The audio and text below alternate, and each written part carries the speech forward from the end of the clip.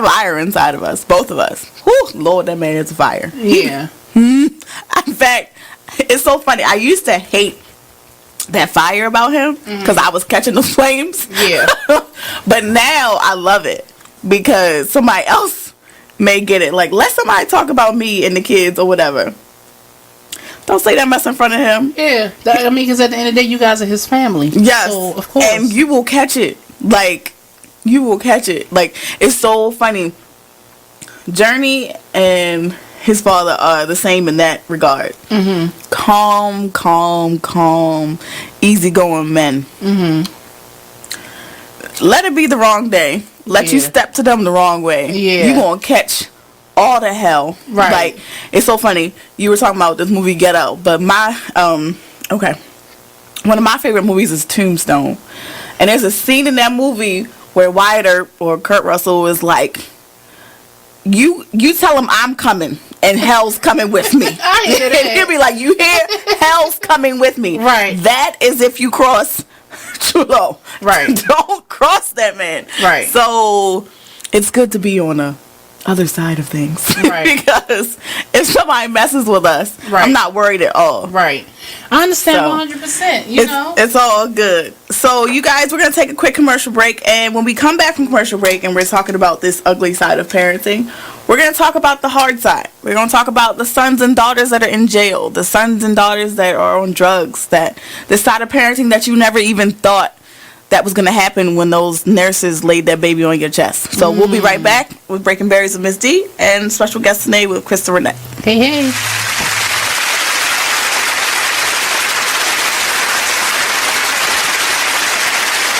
Check out this flashback. If someone says that more money may create more problems for us who don't have a lot of money, we say, nah, that'll never be me. And when we look at the statement that's made by those who are making over six figures, millionaires, I dare say billionaires, we wonder, how is it that more money can cause more problems? Well, I can kind of understand how that may be the situation if the money that you have is not going towards things that are of a worthy cause. And that looks how you perceive it to be. If you feel like money should make you free, but after making more money, it traps you towards these things that will cause you to have to get more money to feel like you're free, then that's a vicious cycle that someone I can understand will not necessarily feel like they're the benefactor of. So take a look at the money that you already have. And if the money that you have is going to where it needs to go, then money becomes that tool that you need to have an ends to a means when it comes to your necessities in life. You can catch me Thursdays from 8 to 10 on the Denasha Harrison Show on BigExposedRadio.com. You are listening to BeExposedRadio.com, the home of Talk Lately with Monty, every Tuesday at 7 p.m. Business owners, need more customers? Offer fantasy sports contests and generate more sales. Restaurants, bars, hotels, auto dealerships, real estate offices. Whatever your business, fantasy sports contests can help you increase your sales and bring you more loyal customers. Visit Fanify.com or call 888-55-SPORT. Our software lets you customize contests fast and easy for your brand. That's right. Visit Fanify.com or call 888-55-SPORT. That's 888-55-SPORT or visit Fanify.com. You are listening to BeExposedRadio.com.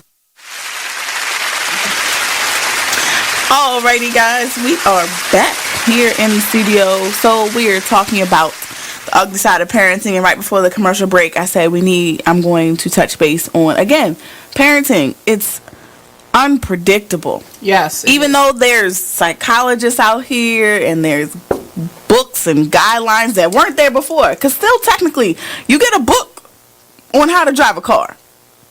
You get a manual with that car. When you start a new job, you get a manual. You get rules and guidelines. You get training. Right. There is still no one standing next to you when someone hands you a baby in the hospital. They like, you got a car seat? Like, all right, have fun. Go home, have at it. Make this person an upstanding citizen in society. Thank you. You know? So, and how do you do that? Like, no offense, and not to be mean, but when you have, like, ratchet moms coming into the room, that's going to be a ratchet baby. Because, like, That's what they know. And this is what, the cycle continues. So no one knows what's going to happen. Yeah. No one knows what's going to happen in a womb. You are listening to BeExposedRadio.com. Hey everyone, welcome back. Welcome back to another episode of the Krystal Renee Radio Show here on BeExposedRadio.com. I'm your host, Krystal Renee. Later on in the show, hopefully my co-host Phoenix, Baltimore's own comedian, Phoenix, very funny lady. Hopefully she'll be in the building with me today. But as of right now, it's just me. And I just want to thank you all again for watching my show.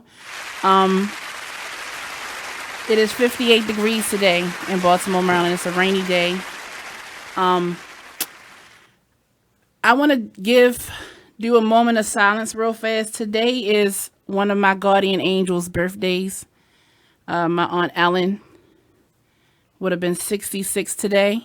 She passed away a few months back. If you are a regular who watches my show, you will know that I talk about my Aunt Ellen a lot because she was such an inspiration to me. She was very special to me. So just want to tell her happy birthday. And I know she's up there with a couple other family members of mine, and they're just having a good old time. As much as I miss her, I wouldn't want to see her, in pain like she was before. So moment of silence for my Aunt Ellen.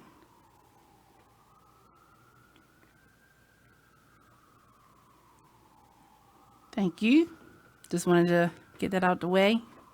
I love you, Ellen, and happy birthday. Also, I want to give a special shout out to Blizzard from Be Inspired with Naomi radio show here on BeExposedRadio.com. He is in Vegas right now celebrating his birthday, so special shout out to him. I think his birthday was yesterday on the 23rd. But I always wanted to go to Vegas. I might plan a Vegas trip for myself this year for my birthday, which is June 17th. So I need y'all to remember that. Start sending me some gifts and things like that. My weekend in review. I normally don't do this, but I had a really good weekend. So that's why I want to talk about it. Any other time, I don't want to talk about my weekend because I ain't doing nothing. But this weekend was very interesting for me. Very, very, very interesting for me. This is my show, so I might as well just go ahead and break the ice. And, I had a couple men come visit me. It wasn't the boys in blue, but I had a few guys come over and keep me company. And I haven't done that in so long that it felt good to have, male company, somebody just to talk to me and tell me things and hold my hand and give me hugs. And, we can look all googly eyed at each other. And, I just had my moment. I don't think it's something that'll last forever. Who knows? But yeah, I'm just happy that they came over. So shout out to you guys. Y'all know who y'all are. I'm not going to. One thing about the Krystal Renee Radio Show, I don't say names. Everything is anonymous. So my weekend was really, really, really nice. One of the guys were, they both was just really two different people, literally, of course. But they were two different kinds of people. One of the guys was really, really, really, he was really cuddly. He was really he wanted to hold my hand. He wanted to hug. He wanted to talk. And, he wanted to do things. But he wasn't, trying to get the goods, basically. It was more like a little date, I guess. And the other guy was he was nice. He was mean. He was nice and he was mean. We ended up talking about my radio show and he said that I was boring. Can you believe that, Eric? Somebody said I was boring. Can you believe that? You can believe that, can't you? Yeah, wow. You ain't surprised. Y'all know I'm boring. But he said that my show was boring. He said that I was boring. He said I need some fun in my life. I mean, he was reading me for filth. And, Krystal from about 5 years ago would have cussed his ass out. They got the right one now, bitch! You damn right. Yes, he sure did. But he kept my company and I low-key like him. So I kind of, played along with it. But it sort of kind of mess with my emotions a little bit. Because I'm like, oh my God, like if he thinks that my show was boring, who else thinks my show was boring? But at the same time, it's my damn show. And you have an option if you want to watch it or not. So if you're not interested, don't watch the damn show. But I don't think my show was boring. I had more people tell me that, maybe he was playing. I hope he was playing because that kind of got to me. So if you're watching this, young man, you know who I'm talking to. I'm not boring. And I am a fun girl. I'm old. I'm 30 years old. Then he called me old. He said I was over the hill. I'm 30. I'll be 31 in June. But today, ladies and gentlemen, it's going to be a really good show today. We're still riding this whole positive wave that I'm on. I haven't been ratchet in a couple shows because I'm trying to turn over a new leaf. So, we're going to continue on with my Great Men Doing Great Things series. And today I'm interviewing a really, really, really, really great man. He himself has admitted to being addicted to food. And to some people, that's not really an addiction, but it is. This guy was 940 pounds. I'm not talking about 340, 440, or 540. This man was almost 1,000 pounds. He was 940 pounds. He was in a nursing home. He had to have 24-hour care. He was so heavy that his fat was literally crushing his organs and his lungs. It was making him really hard to breathe at times and couldn't walk. He had to be lifted out of his house on a crane, I think he told me, and they had to put him on the back of a pickup truck to take him to the house. It's like what you see off of My 600-Pound Life, if you ever watched a show like that. And I was just lucky to come across someone who actually, he wasn't on the documentary, the series, but he's one of millions of people who live silently like this. Because, the ones that we see on My 600-Pound Life are the ones that they know about, but it's a whole lot of other people out there who are extremely obese to the fact that they cannot leave their home. And this guy beat the odds. He beat, doctors telling him that he's not going to live to see a certain age, or his family, planning his funeral and everything for him. He got up, he made some major changes in his life, mentally and physically. And he got down to, he went from 940 pounds to under 300 pounds. And I want to know what happened. I want to know his story. So he's going to call me. He lives in Albany, New York. So, of course, he can't be in the studio with me, but he will be calling in soon. So we're going to talk more to Larry Myers in a minute. But the whole purpose of today's show, he's just a little segment, but I really want to touch on addictions for some reason. For him, I talked to him earlier in the week, and for him to say that food is qualified as a addiction kind of got to me, because normally when you hear addictions, you hear drugs and alcohol, but it's so many other things that we can be addicted to. It's things that you don't even know you're addicted to, but you are. Like the internet was one of the things that I saw. Like they said, if you're one of those people who gets up every day and the first thing you grab for is your phone to see who's on Facebook or Instagram or Snapchat. Like if you're on the toilet, you can't even handle your business because they're saying that that's a form of an addiction, an internet addiction. But we're going to talk more about that later on into the program. So shout out to Larry Myers for agreeing to talk to me today. Like I said, if you guys have been watching my show, since I started this show, I've been talking about my own weight loss journey, which is just in the pits. I don't know what happened to it. Like I literally was on a good little wave for a minute. I lost 70 pounds. And got on the scale about 2 weeks ago, and I'm up. I gained maybe about a good 25 pounds back. So the whole thing with losing weight, it's so easy to put it on. It's so easy to gain weight. But when I say it's hard to lose it, it's really hard. But it's a mental thing. So we're going to be talking to him soon. And we're going to be talking about addictions, and hopefully Phoenix will be coming in. If you have any questions or comments or anything for Mr. Larry Myers, please feel free to call my phone. This is not my phone. Feel free to call the station at 410-702-5657. If you're watching on BeExposedRadio.com, please feel free to leave a comment. Any comments or questions that you guys have for Mr. Larry Myers, I will read to him so he can answer.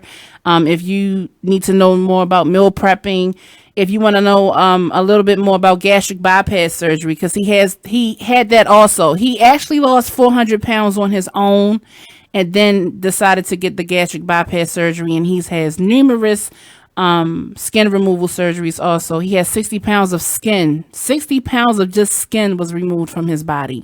So I think that's a good story, a good motivational Monday for everybody who's out there who just want to lose 20 pounds, who just want to lose 100 pounds. Hell, if you just want to lose 5 pounds, this man lost 700. So if he can do it, you guys can do it. So he'll be calling in on my next segment. It's this story going around on Facebook on social media, period, that kind of caught my attention. This young couple who were, I guess they were madly in love with each other. The young lady in the relationship, I guess she was pregnant, and she committed suicide. And about 2 days later, I guess from the guilt or people blaming the boyfriend because of her suicide, he ended up taking his life himself. So we have 2 deceased young people who were madly in love with each other. And it was a very sad story. Like, love is just, I don't know. I don't think I ever was I don't know. Like, I don't think I was ever really that much in love with the person that I wanted to harm myself or, just, I don't know. But if you heard about that, feel free to call us up, 410-702-5657. I kind of want to touch on that a little bit. If you went to the movies, what movie did you see? I'm still listening to the Kendrick Lamar album. I cannot stop playing Humble. Every day I have to hear Humble. That's just me. Like, that's like my energy song. I have to listen to that song. So shouts out to Kendrick Lamar with another job well done. I'm waiting for another hot Kanye West album to come out because I'm infatuated with him. Anybody who knows me knows this, but that's just me. I'm a clown and I like Kanye West a lot. So The Life of Pablo was a hit. Yeezus was everything too. So I just want to see what else he got coming up. But Kendrick Lamar, Loyalty, Humble, and DNA. What is that guy's name that's on that video? Did you see that video, Eric, for DNA? For Kendrick Lamar? Don Cheadle. That's who was on there. And he's kind of rapping the song. It's a dope video. You got to see it for yourself. But shout out to everyone right now who is watching me on my Facebook. About 5 people are watching. If you want to continue watching, you can also go to YouTube, and we're streaming live right now from YouTube. Just type in Krystal Renee Radio and I will pop up. Like I said, it's a rainy day today in Baltimore, Maryland. I'm really trying to pull it together because I'm in my feelings, Like I said, today is my aunt's 66th birthday, and this is the first birthday celebration without her. So, yeah. Other great news, I talked to my dad not that long ago, and he's doing really well. He's doing a lot better. Like I said, if you watch the show, I talk about my dad a lot also. He suffered a massive stroke back in September or October, I believe, and that's another thing that's been hard for me. But I talked to him, thank God. That was another incident where the doctors said that he won't make it through the night.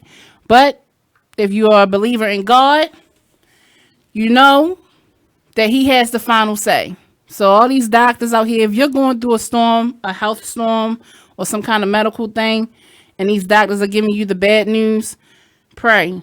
Because at the end of the day, God is the doctor. God has the final say in everything in life, So just keep pushing. You are in my thoughts and in my prayers. If you guys know somebody who has overcame an addiction, if you feel like you have an addiction, or if if you have a couple stories to tell, I want to know more about addictions today. 410-702-5657 is the number to call to talk to me, Krystal Renee. Just real fast, I want to touch on certain types of addictions that I've come across. Google says an example is drugs and alcohol. Gambling is an addiction. Oh, y'all like to go to Horseshoe every Saturday? Yeah, you might want to check that. Sex is an addiction. Not for me, because I don't know. Maybe I have a low sex drive. It's just, it doesn't do anything for me no more. Either I have a low sex drive or nobody has hit it right yet. That's too graphic. Ma, if you watching this, just try to black that part out. But sex just doesn't do anything for me. You could be addicted to the internet. You could be addicted to shopping. You could be addicted to video games.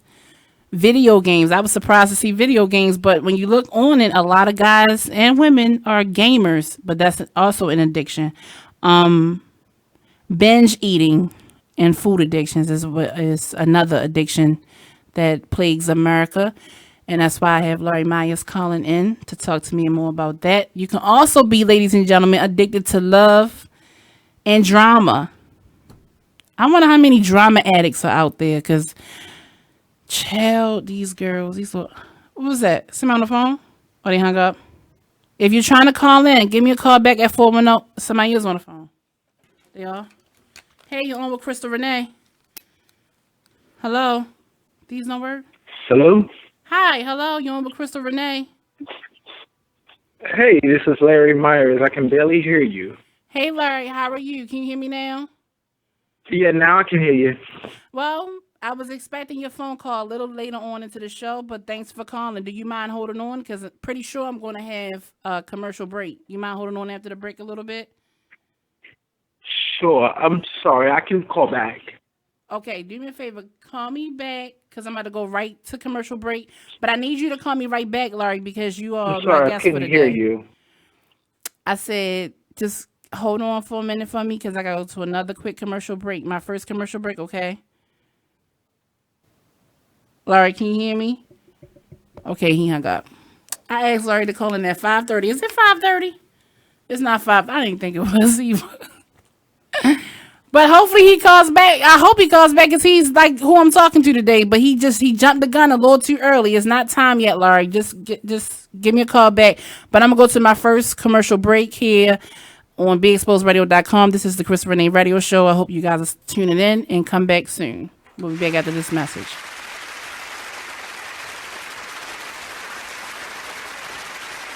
My name is Ruth Rusi. I'm a retired teacher. I'm 91 years old, and this is how I live united. I say retired, but not really. Once a week, I read books to children as part of United Way's education program. Reading to a child creates links between language and literacy. It creates a bond between grown-up and child. And believe it or not, it prepares them for a better academic future. Oh, we read about frogs and flies and pigs with wings, all sorts of juicy stuff.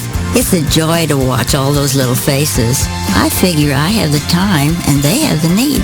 And I've always believed that if we're not here to help each other, then what are we here for really? My name is Ruth Rusi. I help kids prepare to succeed in school. So I don't just wear the shirt, I live it. Give, advocate, volunteer, live united. Go to liveunited.org. Brought to you by United Way and the Ad Council. My name is Meera Batra. I have been in this country 32 years, and this is how I live united. America has always been the land of promise, and in my community many families have come for a better life. Coming from another culture myself, I know the desire to become part of a community, to feel at home, and to gain the tools for our children and families to succeed. So I advocate for these families with United Way. United Way empowers them to look beyond their histories and to see what opportunities are available. We help them get involved with their kids' schools, network within the community, and when we do, we unite them. We make the community stronger. What I do is something I wish someone had done for me, and I am so grateful I am able to. My name is Meera Batra. I help families see opportunities and succeed. I don't just wear the shirt, I live it. Give, advocate, volunteer, live united. Go to liveunited.org. Brought to you by United Way and the Ad Council. Keyboard Cat, Hamilton the Pug, and Toast Meets World. These are some of the internet's most beloved pets. With millions of YouTube views, shares, Instagram likes, followers, and fans across the globe. But what do all these amazing pets have in common? Their stories started in a shelter. Start your story. Adopt a dog or cat today. Visit theshelterpetproject.org to find a shelter or adoptable pets near you. Training that pet to play the keyboard? Well, that's entirely up to you. Visit theshelterpetproject.org and hear more about Hamilton the Pug, Toast, and Keyboard Cat's amazing adoption stories. Start a story. Adopt a shelter or rescue pet today. Your perfect pet is just a click away at theshelterpetproject.org. A public service announcement brought to you by Maddie's Fund. You are listening to BeExposedRadio.com. Hey everyone, welcome back. This is the Krystal Renee Radio Show here on BeExposedRadio.com. Shout out to everybody who's watching from the website www.beexposedradio.com. I see you guys' comments. Hey everyone that's watching. Hey BM Cousins. I need that part 2 to that book. I need part 2 so you can come back on and we can talk more about it. Larry Myers is my caller for today. He's my interview. He called a little early. Larry, if you can hear me, if you can see me right now, I need you to call me right back. Call me right back so we can get this interview on. If you just tuning in with us, Larry Myers is a man who beat the odds of obesity. Like here I am. I'm just trying. It's a struggle just to lose 100 pounds. This man lost 700 pounds. 400 pounds he lost on his own. And the remainder he lost because he had gastric bypass surgery. So he has a lot to talk about. I believe he's eager to talk about it because he caught me too early. But that's what we're talking about today. We're going to talk to Larry for a while, and we're going to talk about addictions. If you or somebody you know has overcame an addiction and you would like to talk to me about it, I would love to hear you guys' stories. Call me up, 410-702-5657. If I can admit to an addiction that I have, definitely a food one. I have a caller. On the line. Hey, calling you on with Krystal Renee. Hello. Hey, I can barely hear you. Is this Larry Myers? Now I can hear you. It's like a little chopped up. Oh, okay. We'll try to make it do. Hey, well, is this Larry Myers? This is Larry Myers. Hey, Larry Myers. How are you? I'm great, thank you. How are you? I'm awesome. I'm just so happy to be talking to you. Thanks for calling into the Krystal Renee Radio Show. Oh, thanks for having me. Okay, great. I was just telling my callers right before you called, just a little bit about you, that you are the man who defeated the odds of obesity. You lost 700 pounds. Am I correct? You went from 940. 940, yes, down to 278 and counting. Won't he do it? Good God. That's a lot of weight, Larry. That's a lot of weight to lose. Where are you from? Hello? Hi, Larry. Can you hear me? Hello? Hey, Larry, can you hear me? We're live. You can't hear me. Larry, can you hear me now? Mr. Myers? He hung up. How is this interview going to go? Why can't... Oh, gosh. Why? Trying to be professional. Is this him calling back? Hey, Larry, you on with Krystal Renee? Hello? Hello? Yeah, can you hear me now? Yes, I can. Okay, great. Larry, can you tell my viewers where you're from? I'm originally from Yonkers, New York, and now I'm residing in Albany, New York. Okay, great. So you're a New Yorker, right? Yes. Okay. Just to give my viewers a brief understanding real fast, can you let them know your story just really fast? Who are you? You already said where you're from, and just a little bit about your weight loss journey. Yes, well, basically I started out at 940 pounds. That was my highest recorded weight. Mm-hmm. I was completely devastated. I always knew that I was bigger than the average person, but when they weighed me on the bed, it said 940, and they had already deducted what the bed weighed. Oh, wow. So I decided that I wanted to lose weight. Right. In the process of that, on the way to the hospital, they placed me in the back of a pickup truck, and that's how they paraded me to the hospital. Right. It was snowing and raining, and just people were taking pictures, and I felt like I was in a parade almost. Oh, wow. Wow.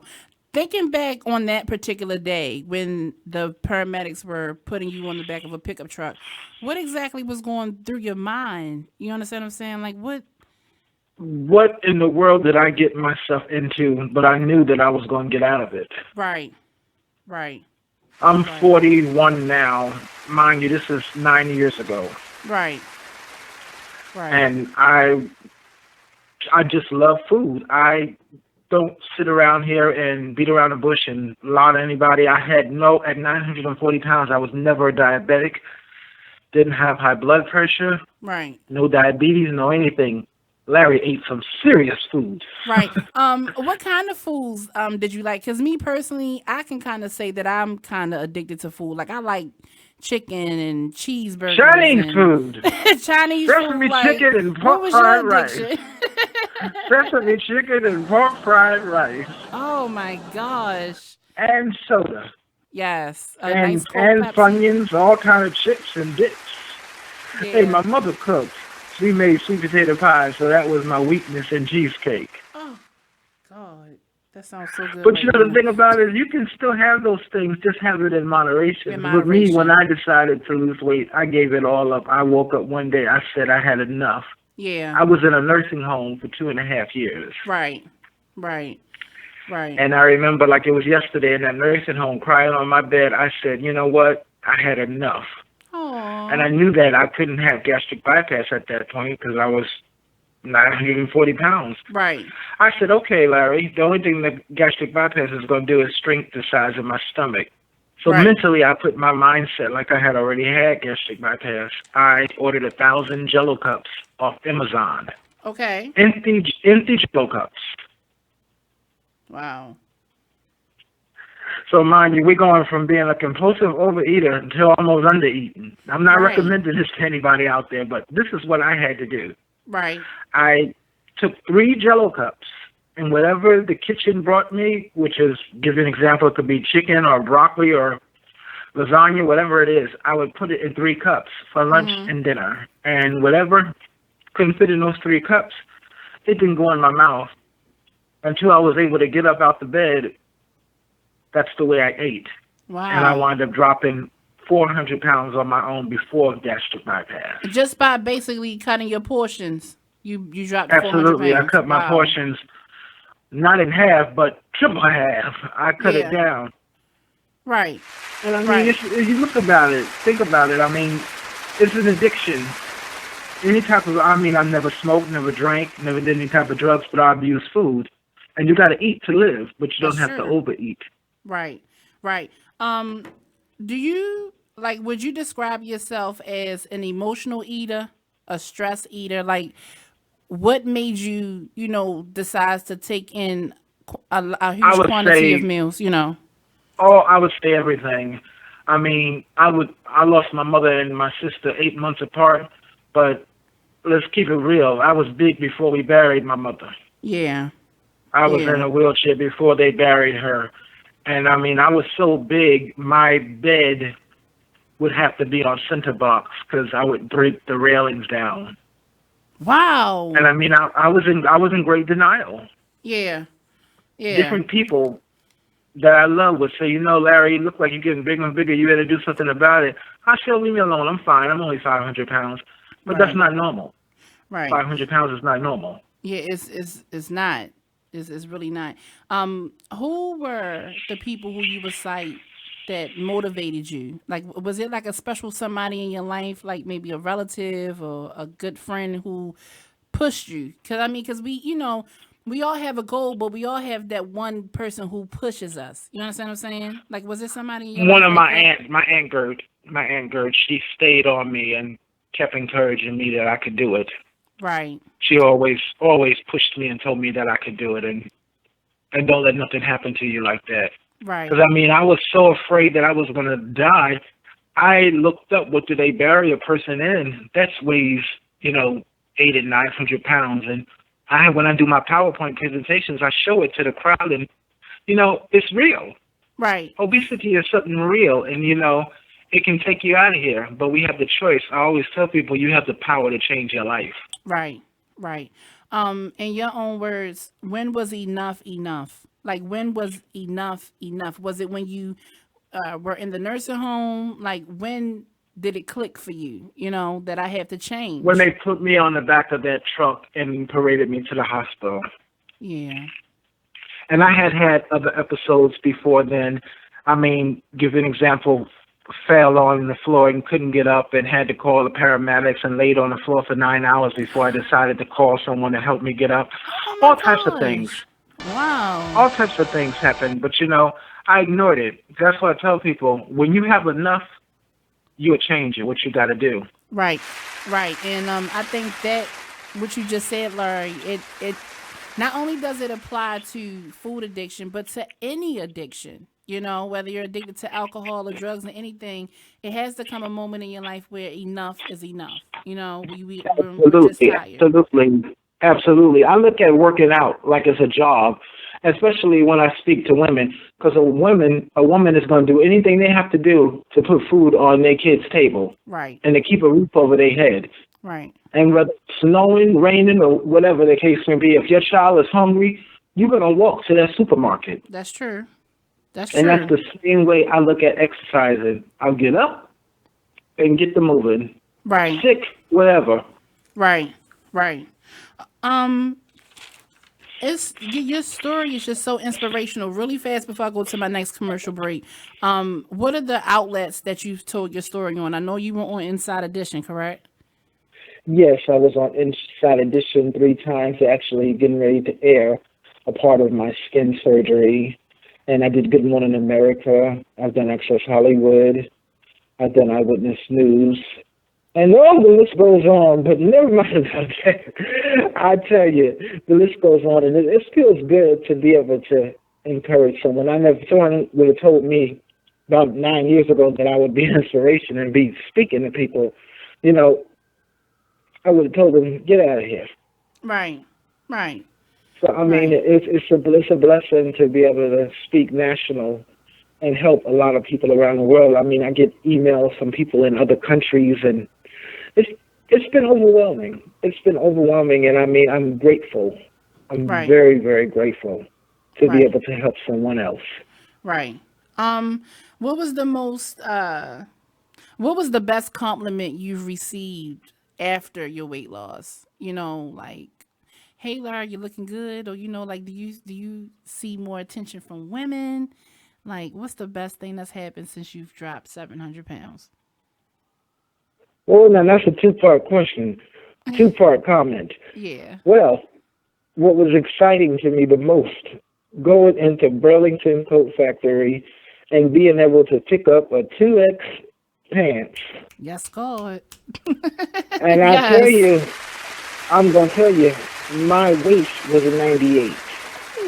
I couldn't get pants in a 98 waist. I had to get my clothes custom made.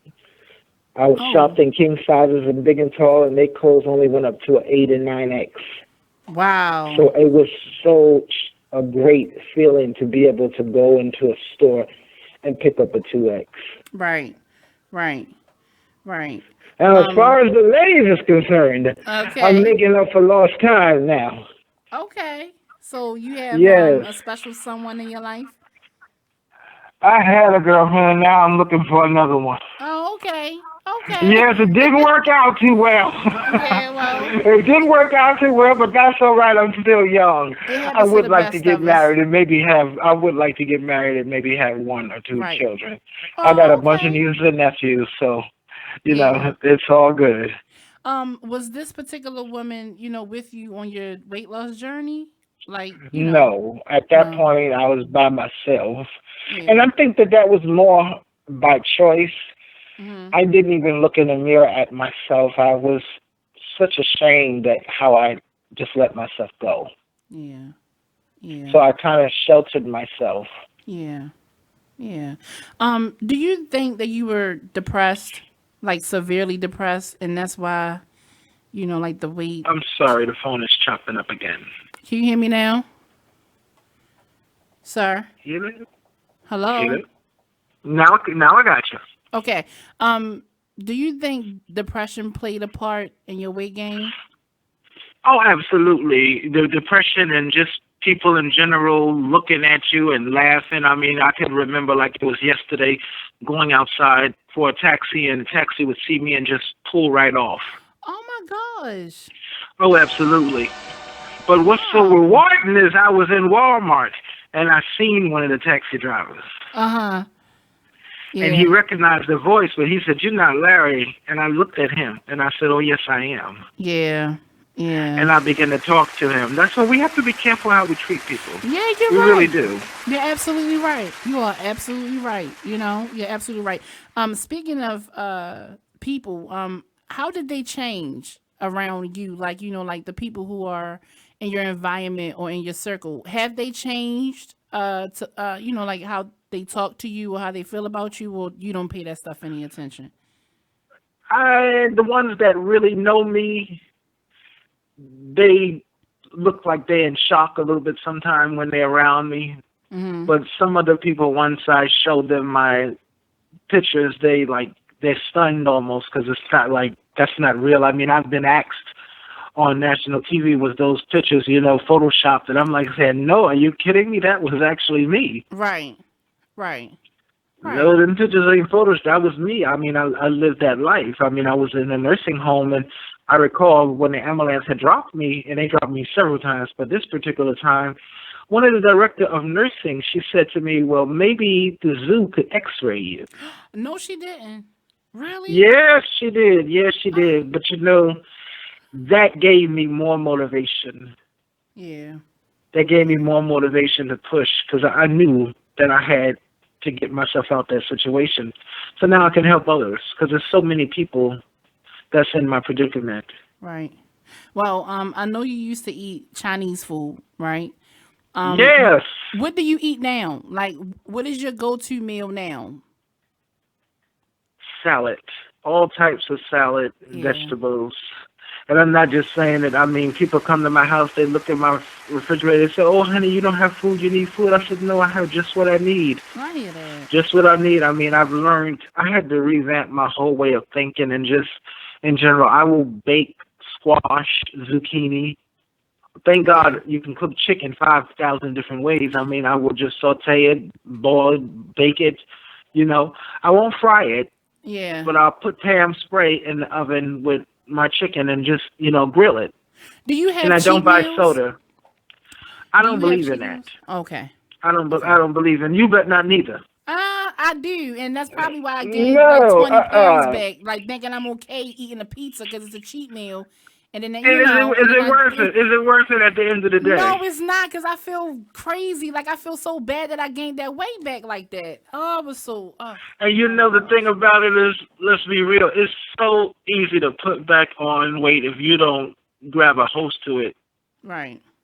Right. All that hard work that you did to lose that 20 pounds, was that pizza worth it? It was a extra cheese and pepperoni pizza though, Larry. It was so good. But it wasn't worth it. It wasn't worth it at all. But it was so good though. I know that's right. I just got tired of eating chicken and turkey wings and I understand that, but you know the thing about it is, instead of having that whole slice, have half of it. Yeah. Right. Half of it. Or if you go out, share a meal. Right. Less on your pocket and less on the calories. Right. But see, someone like myself, I'm such an emotional eater. Like if someone hurts my feelings, or if I'm in a funk, like, you know, I will, you know, eat a pizza or eat fast food, or, you know, like I think weight loss is more so mentally than it is physically. Am I correct? It's a little bit of both. It's a combined combination. Yeah. It's a little bit of both. I mean, me personally, I wanted to seek professional help in the middle of my weight loss. Right. I wanted to seek professional help because I wanted to know what made me get up to be 940 pounds. Did you my get your family answer? is not that size. Yeah. And I see a psychologist, and he helped me to understand that a lot of the times that I was eating, I wasn't even really hungry. Because if you think about it for a second, sure. If you're hungry, okay, if you're busy, and you wait like 10 or 15 minutes, that hunger it'll pass by, and then the next thing you know, it'll be time for dinner. Right. And you'll be good. Right. Okay. So you lost 400 pounds on your own. I'm sorry, you lost 400 pounds on your own. What made you continue on with the gastric bypass I'm surgery? sorry, I Because can't hear you. it seemed like you was doing really well losing the 400 pounds on your own. Can Yes. you hear me, Larry? Yes, I can. Okay. What made you opt for the gastric bypass surgery? Because, I'm thinking, if you lost 400 on your own, why not continue, on your own without the surgery? That's one of the number one questions that people always ask me. And I tell them I had gastric bypass as a tool to help me to maintain, to make sure if I ever decided to go back, which I wouldn't, I would have that as a cushion to help me. Yeah. Because that's all it is a tool. Right. To help you to maintain. Right. People don't realize it, but we have to put in the work, going to the gym, exercise, and still watching what you eat. Right. Right. Were you afraid of the side effects that come with it? Because me personally, I was looking into weight loss surgery. I can't lie. But I kind of felt like I wanted to do it on my own first. I wanted to lose 100 pounds on my own first. No, you ain't big enough for no gastric bypass. Huh? You ain't big enough for no weight loss surgery. You It's could drop people that smaller naturally. than me that get that surgery. It's literally people who weigh way less than I do who get gastric bypass or the gastric sleeve or the lap band surgery. And I'm like, well, I must be huge compared to these people because they get it. No. But I mean, me personally, I would say that I had a lot of major complications with my bypass. But at the end of the day, would I do it all over again? Absolutely. I hear that a lot. Absolutely. Because I love living. Yeah.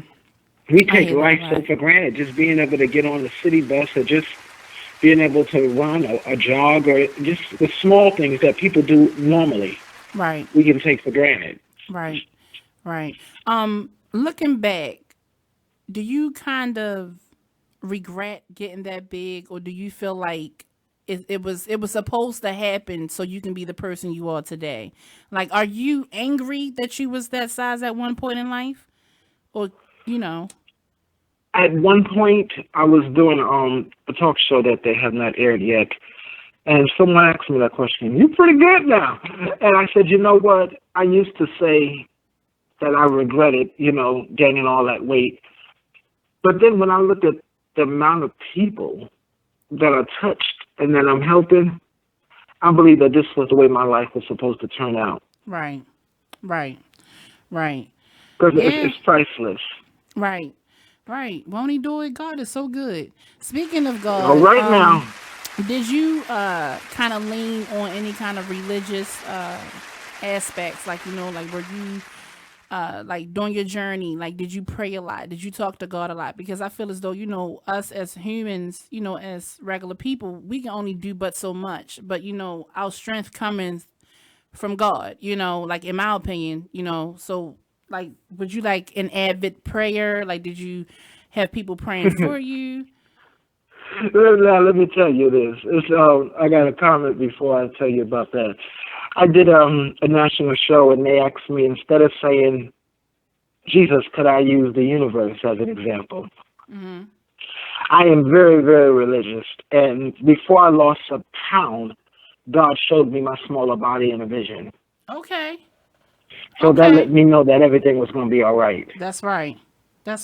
Even on down to my skin surgeries, he let me know that everything was going to be all right. Yeah. Aww. And whatever power or whatever anyone out there believes in, you got to channel that. And I always tell people, you have to believe in you. Because that's where it starts. Right.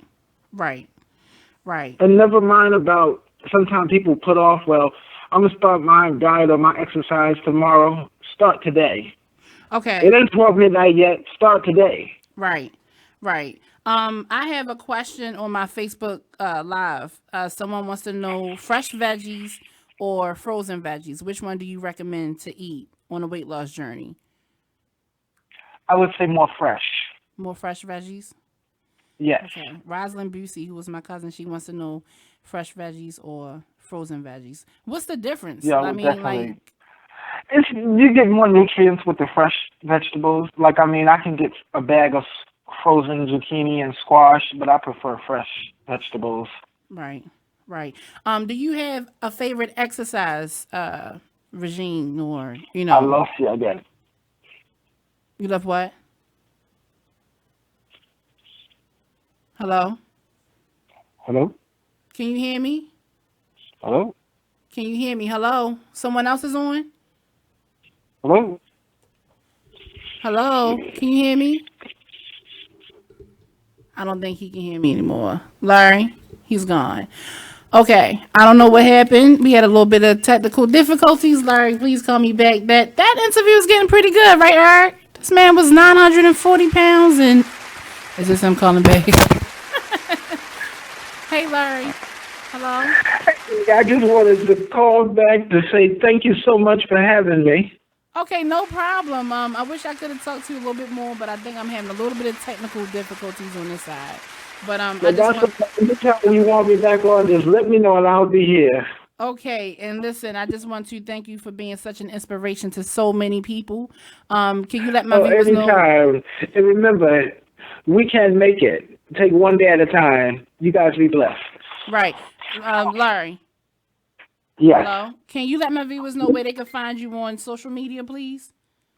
Yes, you can find me on Facebook under Mr. Jello Cup, or you can find me on just Google Mr. Jello Cup, the man who lost 700 pounds, or you can actually go to Amazon. I have an MP3 motivational single entitled Believe in You.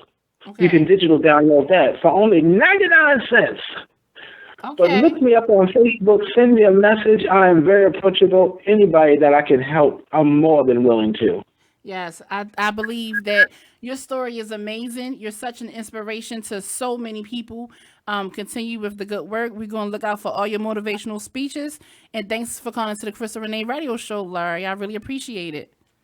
Anytime. Be blessed. All right. You be blessed too, sir. Everyone, that was Larry Myers. I have to go to another commercial break here on BeExposedRadio.com. Call me up. We'll continue to comment. 410-702-5657. I will be back after this quick commercial break. Krystal Renee Radio, Be Exposed. We'll be back.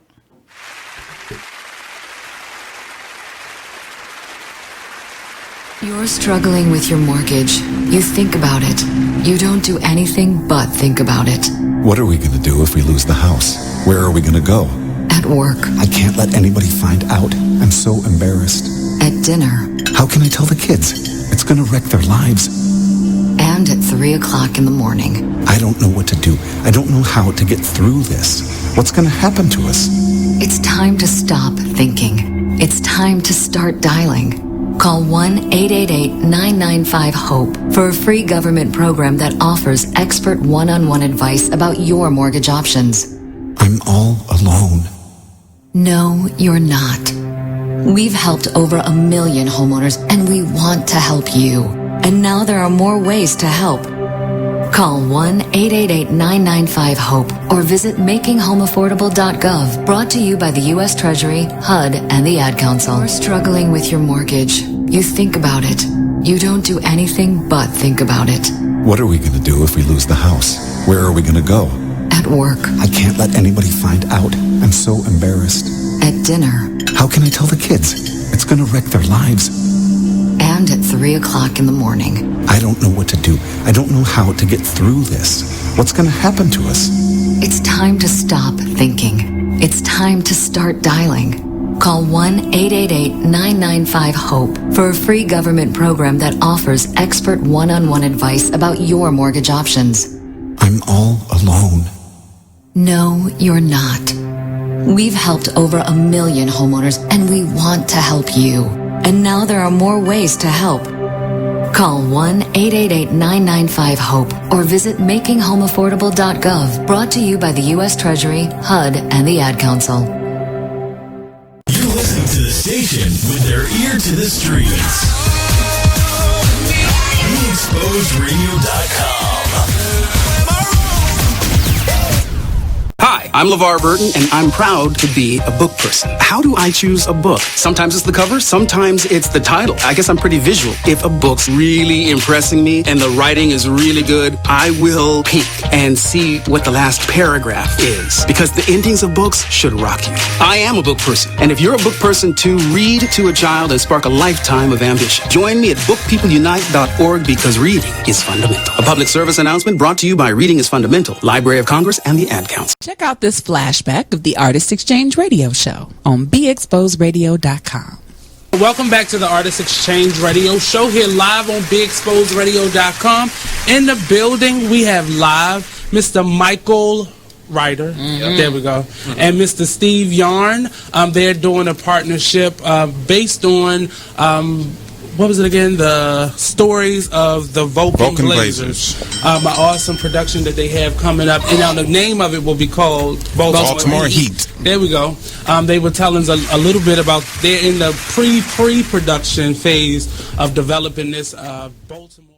You are listening to BeExposedRadio.com.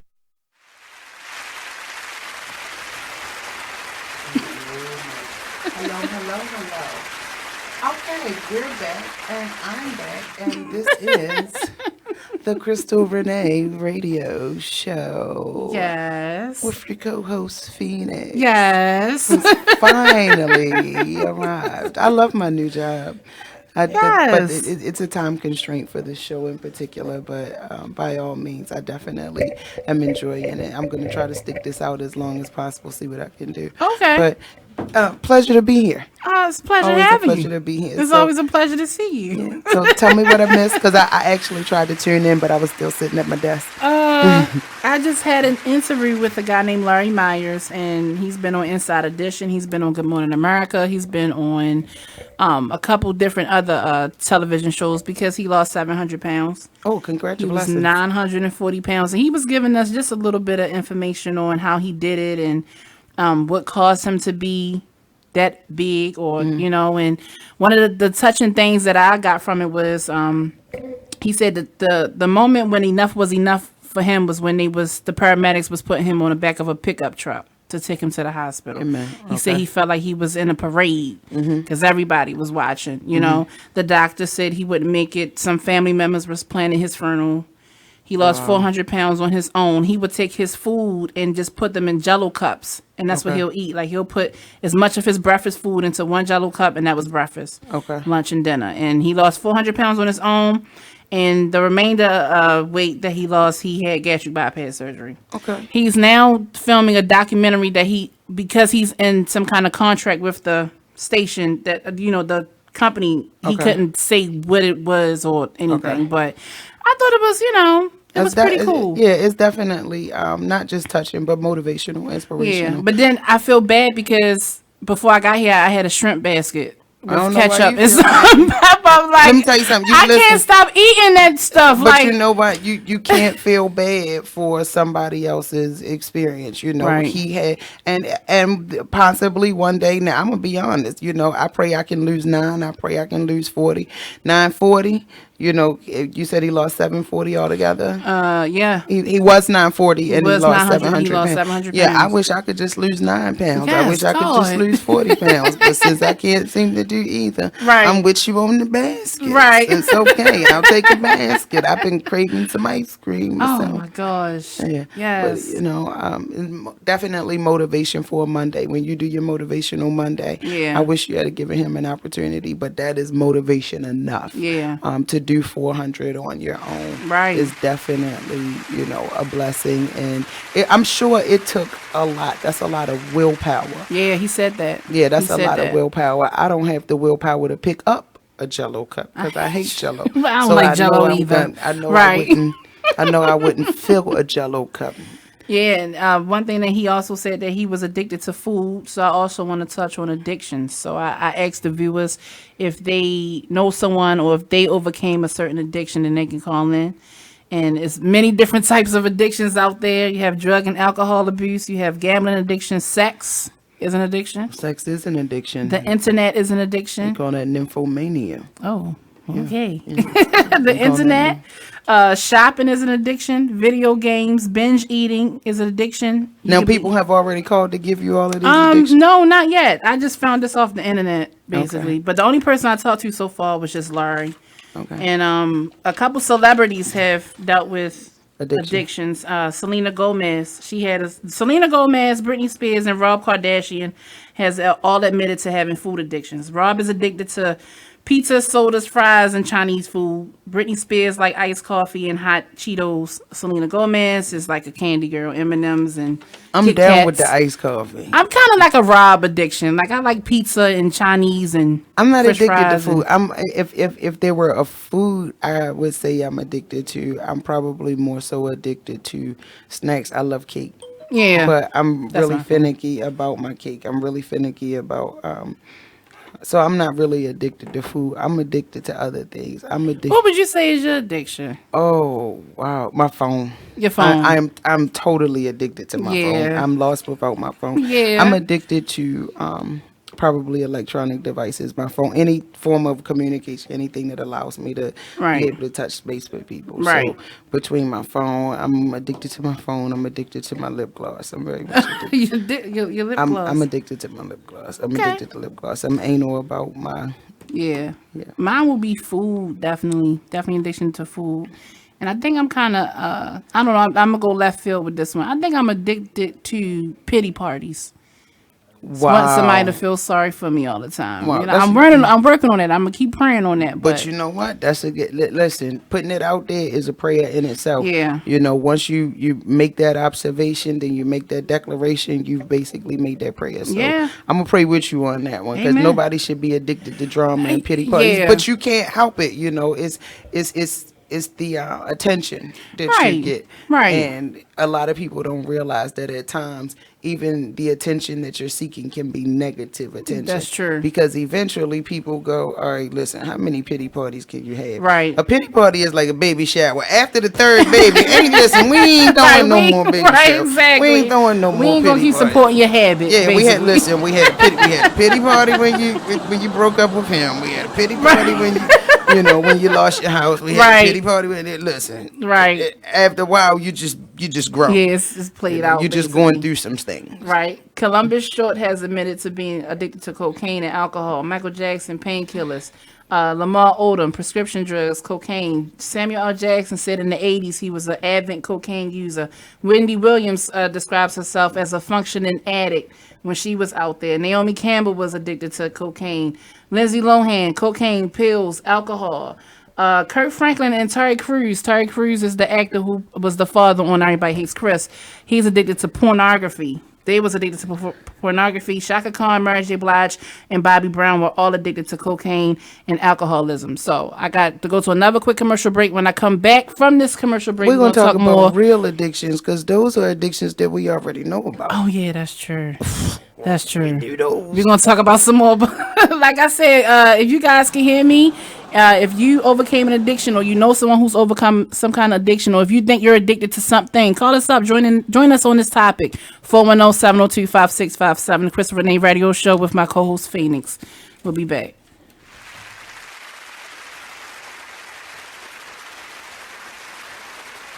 Check out what you missed on Be Exposed Radio. Listen to Elizabeth Warren talking about Black lives and Black life. Police are not occupying armies. This is America, not a war zone.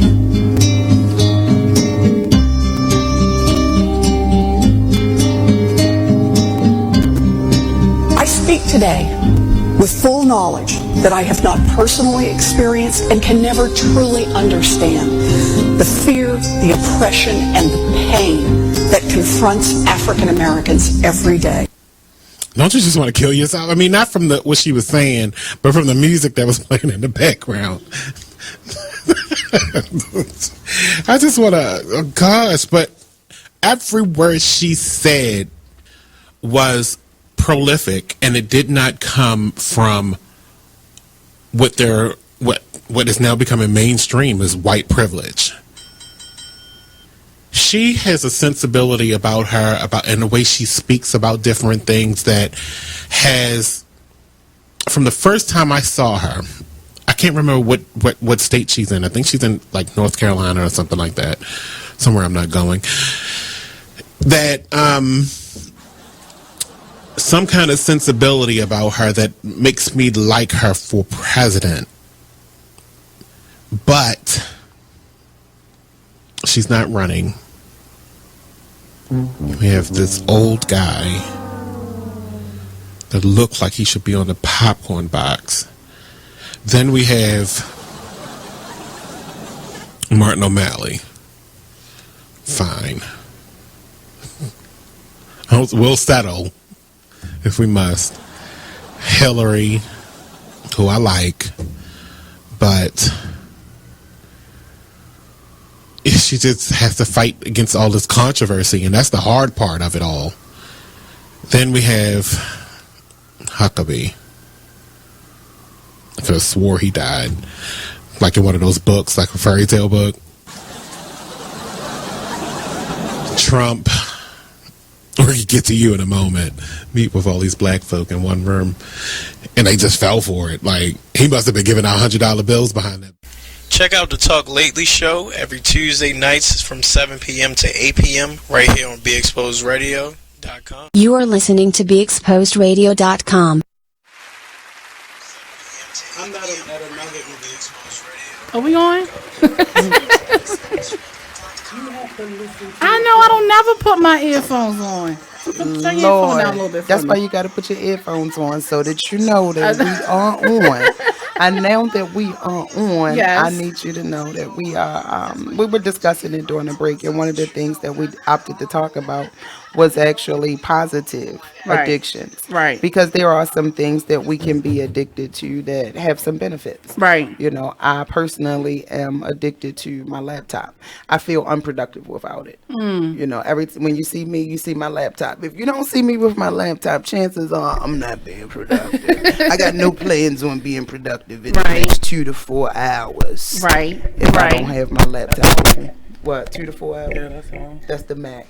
That's the max. That's all you give them? That's like my max that's my max time to be unproductive. Like, even on the weekends, I feel like, okay, what can I do right now to be productive? Right. You know, and it has to be something that is going to be fulfilling for me. You know what I mean? Like, for the rest of the day, the rest of the day. But I also work in spurts. Right. And I know these things about myself. I had a chemistry teacher point that out in 10th grade, and I just ran with it. She was like, Jennifer likes to work in spurts. I was like, oh, spurts, I like that word. Yeah, I'm going to continue to do that. So I just kind of like set these 30 to 45 minute intervals where I work and take a 15 to 30 to 45 minutes, sometimes an hour break. Yeah. But I need to go back and be productive for 30 to 45 minutes. Okay. Yeah. And that's huh? A little ADD. Yeah. Oh. Yeah. But a little ADD is good sometimes. It is. See, people look at the deficit. Listen, people look at the deficit and they look at the disorder of that, but they don't look at the attention. Right. And what you got to remember about something like ADD is if you focus on the attention, then you get the opportunity to look at the attention that is being given to that particular project at that time. Ladies and gentlemen, if you are tuned in, we are talking about addiction. I'm being joined in the studio right now by my co-host Phoenix and my producer Nate Kauser. I pronounced it right this time. You did. Amen. On the check one day. Nate, oh, okay. Soon. You gonna write it on the check? I mean, I give but I gotta get too. Oh, I was hoping Question for you, Nate, Boom. real fast. Question. What's your take on addictions, Nate? Addictions? Yes. The addiction isn't the problem. Whatever you're stuck on, it's normally something else that you're using this thing. As an underlying reason. Yeah. Like, I like cheeseburgers. I am addicted to cheeseburgers like some people drink. What is it about food? I don't know what it is. It's we like, black. That's you what know we what? have. But I guess I feel disadvantaged, or I feel left out because I never feel like I'm addicted to food. You know, like I'm not. Like most of my friends will tell you, like I'm not the. Well, your addiction may lie on something else. Just the smell of food makes me go, that was good. Like, you know what I mean? Like, I just smell food and be like, that tastes. I'm not gonna waste a good burger. You're not gonna waste a good burger. What about? See, I know the things that I do like. And 4-piece. Yes, God. No, why is it gotta be Popeye? They cook their chicken and cereal. It ain't even good. Really? First of all, well, it's better. It's better than other places. Cause my first job was at Popeyes, and I can tell you, they cook it. Tell me, they cook it in cereal. No, they don't cereal. It's cereal in that batter. They crushing. I'm Why telling you you, think it's cereal? Because it's so crunchy. It's too crunchy. She They said gotta they cook it in cereal. the batter that they use They is crushing very up thick. cornflakes. They crushing. It's because they use they don't just dip it in like a sauce. It's a batter and they flour it. So it's a whole preparation. And that's what makes it so good. Yeah. It's not good. It's not good. No. KFC Where you- actually. Let me See, tell you that's something. hood. Let me That's tell you how something. you know No, let that me tell you you something. made Well, let me a tell you good something. individual Good food and a is good classy food, and you will individual. hear me say this all. It Good is. food is good food. It's the best And let me food, tell to be you something honest about with you. KFC. They got the best skin. If I could just go to KFC, And pull just- up and get a 4-piece skin. And they in the back. They're in the back making those With just chickens. I can get a 4-piece skin. Let me They're in get the a back 4-piece making that Just let me chicken. get a 4-piece skin. If I can get a 4-piece skin, I don't need no side. Make a 4-piece. It's probably plastic. It might That's what be, it but I probably chew is. plastic, so I'm fine with See? it. See, I chew on plastic. Did she just say she chew plastic? I That's do. her addiction. That's her addiction. Addicted to food. I am addicted to chewing on plastic. Like that's a bad Yeah. addiction. Like you know how you buy a pair of socks. You know how you buy socks and when you pop the socks, Yeah. you got that little plastic piece in it. Yeah. That's I like those little packages that come with like those little bubbles and you keep popping and you pop. Everybody I like likes that. that. I know, like Well, I got I just some I have nervous to have issues. that. Like No, yeah. I've Bad been nerves. told that eating plastic or chewing plastic might be a sign of an iron deficiency. Really? You ever had Wow. the tendency to want to lick a floor? Lick No. a floor. No, I'm just saying, like, you know, the basement floor is normally like, Lacquered, Yeah. so that lacquer you want to lick it because it look like plastic. No, I've never had a tendency to want to lick. no, a it's floor. not. I was watching an interview Like- with Patti LaBelle, and she said her basement was like that. So it was, you have a if you missing iron or something like Yeah. that, your body naturally Craves gravitates. that, yeah, and that's what it is. And yeah. she probably like touched it or was laying on it one day. And Now I do prefer, and this is not gonna come out right no matter how I say it, but I do prefer hardwood over soft. well, it gets the job done. You know, I mean, but when I look at a shiny lacquered hardwood floor, I don't think about Licking licking it. it. I know used to what? really This- be like addicted to like the smell of gas that you pump in your cars. Like, that is oh some my good stuff. god, it smells so I am good. addicted to It the- just smells so good. I am addicted to the smell of baby vomit. I think baby vomit. It does kind of smell like But yeah. Krystal, we've already identified that your ass is good and crazy. So Right. I don't know if I want. Yeah, I think Let's my stop this addiction is conversation. cured. My addiction is cured. Yeah, but instantly cured because the person on the other side is like, I got that too. Nope, I don't want that. I don't want that. Now, Not I don't- gasoline I don't though. You want can that. die but from it that. smells You so can- good though. It does. I smell could good. see, like, I love fresh cut wood, stuff like that, but gasoline, you go die instantly from that. Cedar or It just mahogany. always was. It just wood. This I like for anybody sewing. You wood. like the smell of sawdust. Yeah. See, it's the fresh cut wood. Yeah. You like the smell of sawdust. Yeah. You could die from that too. Yeah, but I'm not sniffing it. You just riding by Home Depot in the morning. Like, oh, Yeah, I you love ever go in there the and you smell of fresh smell wood in the yeah. morning. Lumber. Yeah. Yeah. But it's something that they do to treat the lumber, like whatever they put on it to keep it preserved before you buy it. I can see that. Okay. It's like a water protection, so it doesn't rot. We're just all weird. Thompson's. We're all weird. No, you said gasoline. Yeah, it smells good. Like, you know, like when you first pull it out and it's just, you know, I mean, Gasoline? I know not Top to five- touch it, what's your- but I know what's how to, I like smelling Top it. 5 favorite smells. Top 5 favorite smells. Chicken boxes, cheeseburgers, barbecue spare ribs, macaroni and cheese, and yeah. Cool. I'm like you. Like, They the were once I all smell pies. the food, I'm not the person that could just be in the house while somebody cooking, because then I'm not gonna want to eat. Really? Yeah, I'm Not gonna me. Oh yeah, y'all. I already told y'all I hate to cook, so I definitely don't need to be in here while you cooking. Call me But when it's done. I'm definitely going to continue. Y'all just keep me in your prayers, because I just had this interview with this man who lost almost so much, like 700 pounds, and here we are talking about burgers and pieces and stuff. Yeah, But I'm you gonna have to- still gonna want to eat a burger if Yeah, you get listen, that he surgery. still- Daniels rib, what? Jack Daniels Jack ribs. Daniels ribs at TGIF. That's your favorite smell? Oh, That's- is that your favorite smell, Eric? he don't care what he don't care as long as it's Jack Daniels. ribs. My favorite smell is probably applause for him for participating. Okay, can I get a round of applause? I don't have the button over here. I don't have the button over here. But you could have gave him applause. Oh, okay. Well, you know I stay giving you a round of applause. So I mean, jump on her because I stay giving you a round of applause. But here's the one thing about addiction. Most people don't realize that they are addicted until other people, kind of say, "Hey," and listen, 5 people can tell you. Yeah. But that's when it becomes that dangerous when someone makes you aware of it, because then you go sneak into it. Okay, well, that is the truth. I have a question. All right, I'm not perfect. I think everybody in here has a vice. So you ain't perfect.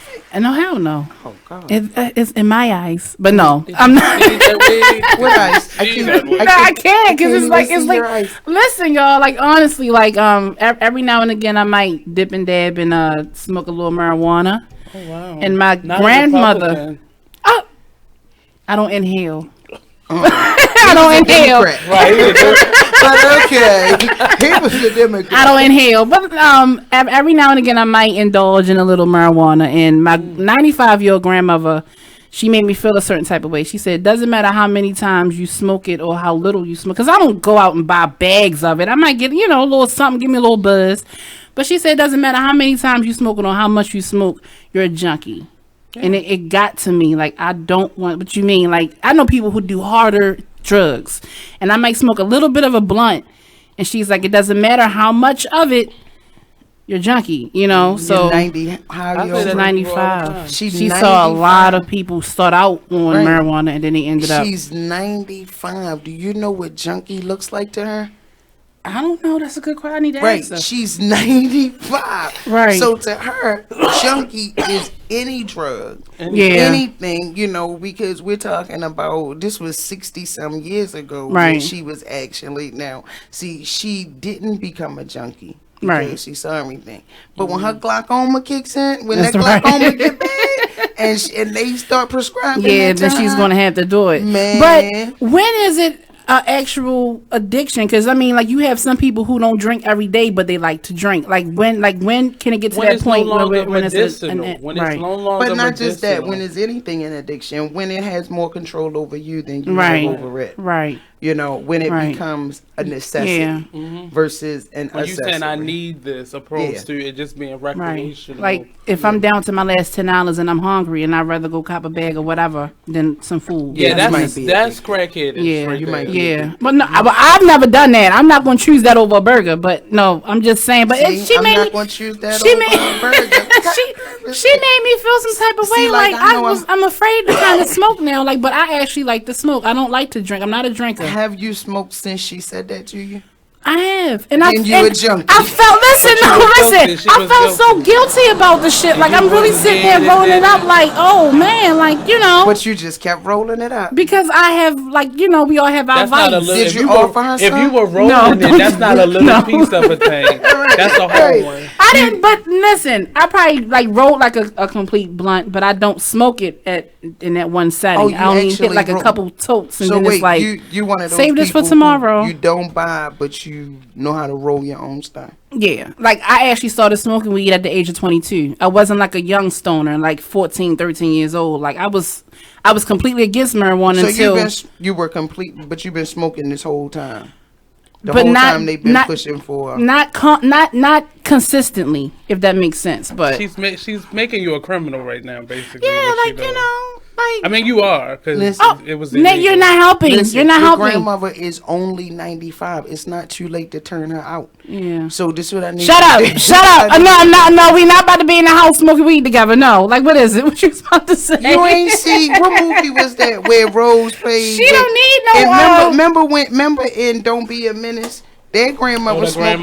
The grandmother smoked a lot of weed. Listen, I'll probably be that kind of grandmother, but no, my grandmother didn't be that she kind didn't of smoke, grandmother. she didn't drink, she didn't do a lot of things. You're not gonna be that kind of grandmother. Just listen. What you over there coughing off of? Y'all get on my damn nerves. No. Listen. This is what I'm gonna need you to do. I'm gonna need you to just sit down with your grandmother in Diane Reeves fashion. Look her in the eye. Okay? If you see that cataract, look. If she got cataract, pass her some. She's okay. She.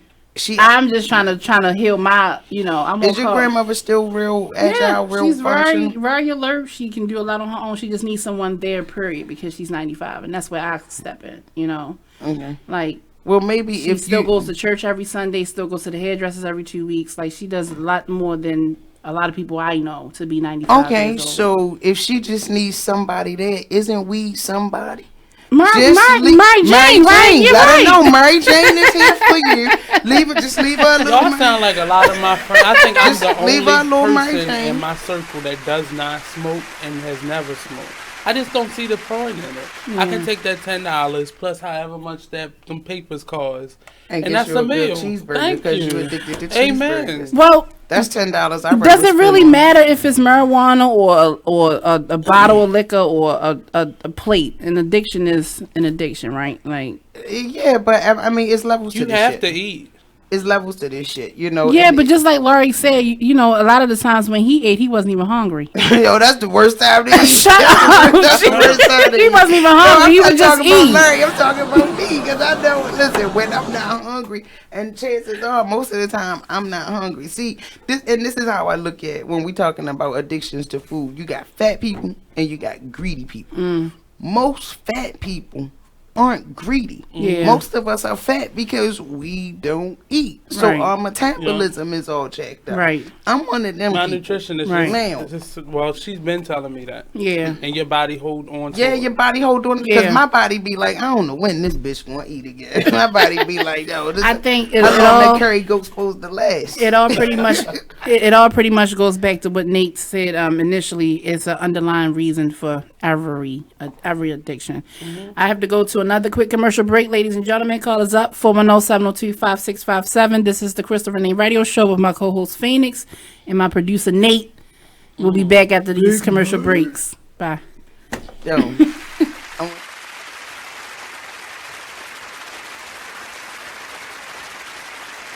You use Tearless Baby Shampoo because it's gentle on your baby's eyes. You make sure his toys don't have any sharp edges. You always test the bath water to make sure it's not too hot. You taught her what to do when the smoke alarm goes off. You make sure she wears a helmet when she rides her bicycle. You put on his sunscreen, even when he's embarrassed his friends will see. You do so much to keep your child safe. But are you using the right car seat for your child? Is your child facing the right way in the car seat? Is the seat too big or too small? How do you know when it's time to move your child into the next type of seat? Car crashes are a leading killer of children ages 1 to 13. Protect your child's future at every stage of life. For information on the right seat for your child, visit safercar.gov/the-right-seat. That's safercar.gov/the-right-seat. A message from the National Highway Traffic Safety Administration and the Ad Council. Why is Connor having trouble focusing in school? Having trouble finding Connor's middle school? Would you like directions? No, why is Connor having trouble focusing in school? Finding lowest airfare to Istanbul. No, I'm tired of fighting with him over homework. Home, walk, restaurant. Need a review? No, I need help. He's very smart, but his mind wanders. He's disorganized. I think I understand. Oh, good. Finding best potatoes for French fries. No! Russet, fingerling, Yukon Gold. Why don't you understand me?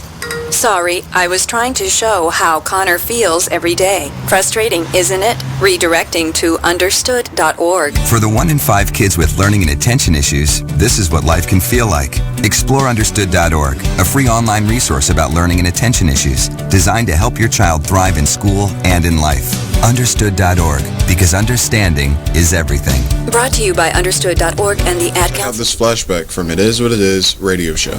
Paul he was chilling, he was doing his thing. Y'all, you feel me? Love y'all family, you know what I'm saying? And like for him to be taken away from you, snatched away from you just like that. You feel me? It's like damn. Another good one gone. You know what I'm saying? Like why you taking the good? You know what I'm saying? You always end up asking like why? And that's like again, it's a lesson that it's a test of faith. You feel me? Gonna take you through these tests. You feel me? You're gonna go through these little phases in life, yo. You know what I'm saying? And at the end of the day, you just gotta recognize that adversary trying to knock you off your pivot, and then it's God trying to teach you something. You feel me? Right. Anything that you go through, you gonna get through. It's called going through. You feel me? That's why it's called going through. You going through something. Right. You feel me? Because after you go through it, you get through it. You look back on it like, damn, I got through that. You feel what I'm saying? For this and more, be sure to tune into BeExposedRadio.com every Friday from 9 o'clock to 11 o'clock p.m. to listen to more of It Is What It Is radio show. You're listening to the station with their ear to the streets. BeExposedRadio.com. Well, Jason, I've got to tell you, you're pretty much everything this company is looking for in an entry-level candidate. Great. Your resume isn't quite what we're used to, but you've got a fantastic work ethic. Thank you. And I'm impressed by how you carry yourself. So, should we talk about the job? What? The job? Oh, sorry. Yeah, I have no way of recruiting or even meeting you. This interview didn't happen. It may sound ridiculous, and that's because it kind of is. There's a huge pool of talent your company is missing out on. Meet the grads of life. Who are they? Talent worth knowing about. Young adults of unique determination and experience. An ideal fit for your company in an entry-level position, internship, or even mentorship. They might not have every qualification you typically look for, but they're exactly who your company needs. Man, we really could have used him. Don't miss out on a resource many innovative companies have already discovered. Go to gradsoflife.org to learn how to find, cultivate, and train this great pool of untapped talent. Brought to you by the Ad Council and gradsoflife.org. You are listening to BeExposedRadio.com. Welcome back to the Krystal Renee Radio Show here on BeExposedRadio.com. I'm your host, Krystal Renee. I'm in the studio with my co-host, Phoenix, and my producer, Nate, who is over there eating a burrito. Put some hot sauce on my burrito. You brought like 3 chicken boxes in here and never offered me a wing. Who brought 3 chicken boxes? I don't have 3 chicken boxes. She did. You see that drink right there? I have a chicken box. That is a half and half cup. You know, did she just say she had a chicken box? You know, I did. I had. So I like used to be a member of a clique called the Fat Posse. 4 wings. That's what you said? I still got 4 wings. I'm going to just eat it when we off air. I'm going to eat it when I go home. You sitting over there with 4 wings? But I feel bad because I just talked to a man who lost 700 pounds. 3 people, 4 wings. You do the math. That's for later. That's sad. That's my dinner. Who buys a chicken box now for later? I had to get on that. I can't eat the chicken box while the people are looking. Yeah, I can. Yeah. I wouldn't have did that. Yeah. Well, I can't eat a chicken box while I'm talking to Larry Myers. While he's eating a salad, I'm eating a chicken box. Don't do that. But now if he watching, he know you had a chicken box. Right, but not only that, I don't see what the problem is. Y'all having dinner. If he's eating a salad and you eating chicken, you know, that is the true epitome of what you eat don't make me shit. Oh, you're right. Right, so right, you know, congratulations. I said, oh, that salad does look good. You know, it's pretty tasty. You said Larry Young? No, Larry Myers. I was about to say. Where were you? Myers. Yeah, I got these shape ups fresh. I did it myself. Thank you. No, you didn't. Back there making that burrito. I'm not paying a barber to do anything that I can do myself.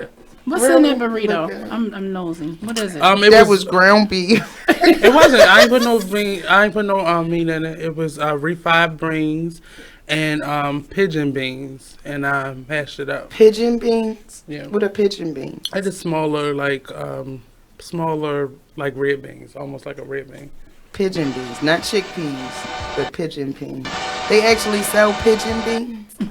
They're not beans, they peas. Oh, pigeon peas. Yeah. Oh, okay. I thought you said pigeon. Okay, that makes a difference. I know they sell pigeon wings all around town, but I didn't know they sell pigeon. See, that's what happened when you don't cook. I don't need to know the different varieties of beans and peas. The taste is much like I can't just eat. I've seen pigeon peas though. Mm-hmm. Yeah. What's your favorite hood spot to get something to eat from? Chicken Coop, 410-542-9307. Where they located at? Chicken Coop located at the corner of Park Heights and Spoon and Lord. Mine is Mike's. Mike's on North Avenue in Bloomingdale. You know what I'm thinking about? That's across from the 5 Mile House? No. That is not cross from the mountain. Do it like sit by itself? Chicken Coop, you know where Cinderella was? Yeah. Chicken Coop cross street. Okay. Grab a pair of sneakers, grab chicken box. Grab a pair of sneakers, grab chicken box. That is how you know. What's your favorite spot, Nate? I would have to say I'm a restaurant person. So I'm not really a spot, but if I had to choose one, it would have to be Lake Trout in the Junction. Okay. Ooh. I went to Walbrook. With that sukiyaki. I went to Walbrook. I know exactly what you're talking about. You either get the shrimp cheese steak. The sukiyaki. And then you go, you know how one is one restaurant and then there's one right there? Yeah. While your shrimp cheesesteak is getting ready, you go get the barbecue covered fried wings over there. See, that's it. That is. See, y'all really are addicted to food. No, but I'm going to tell you, but I'm going to say, I didn't get heavy until I was an adult. Well, and I was always heavy as College a child. made me heavy. I was a fat girl when the fat boys was hot. So, I got heavy one time when I was a child. That's because I didn't go out that summer. So when I started school in the fall, I was heavy. But by the time the fall was over, I had dropped it. But I didn't get heavy until I went to college. So you was actually smaller in your youth. Mm-hmm.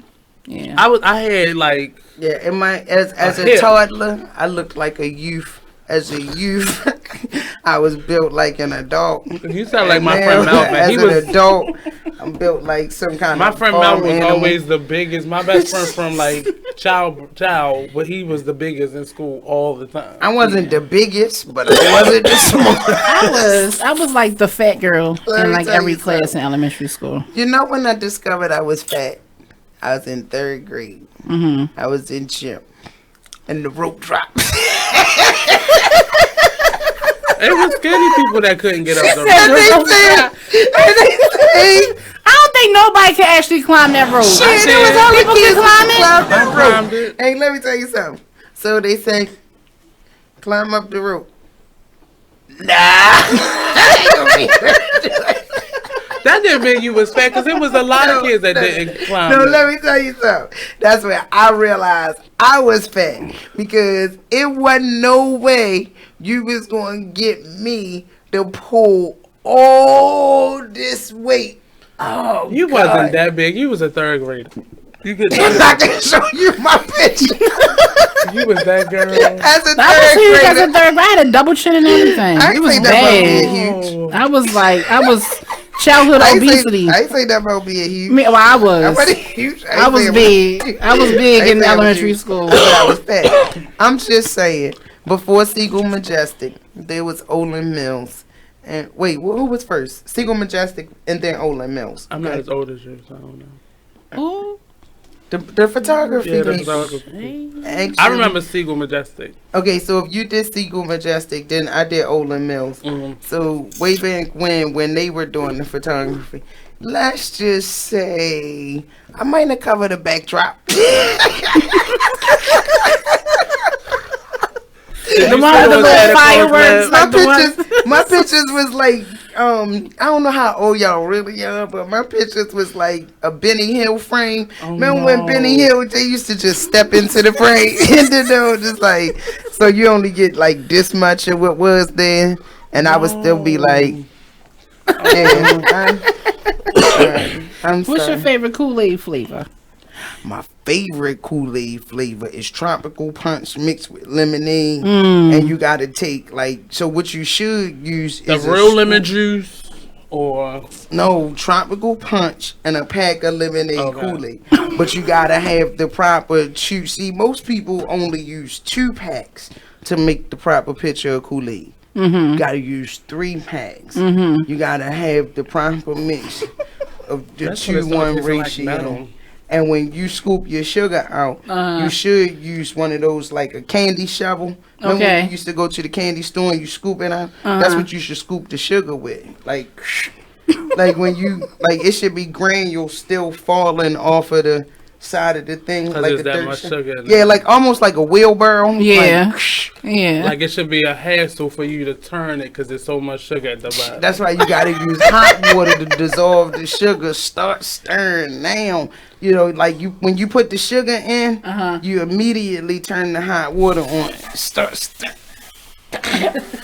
Diabetes. Only thing I ever used a lot of sugar for was Kix, because I love Kix growing up. I couldn't stand that cereal. I absolutely. Because you never put sugar It on was it. terrible, even with sugar on it. I probably hated Kix because it meant that everybody knew the Wick Man had just left our house. God, Kix wasn't no Wick. It was Wick. See, they used to Kix is see. Wick now. I'm old. They used to deliver Wick to your door. Oh, wow. They used to listen. How you think niggas got all these milk crates in their houses? Way back in the day. I cannot. Like a school, like they. That's how they used to. That's how they deliver the summer school lunches down in the week. Right. So listen, way back in the day, they used to deliver the WIC to your house. So they would deliver a box of kittens, a box of powdered milk. Jesus Christ. A box of that powdered milk. And if you ever scratched the powdered milk box, like, it was actually filmy. There was a film that you could get under your nails. But cheese, WIC, it was cheese, brick.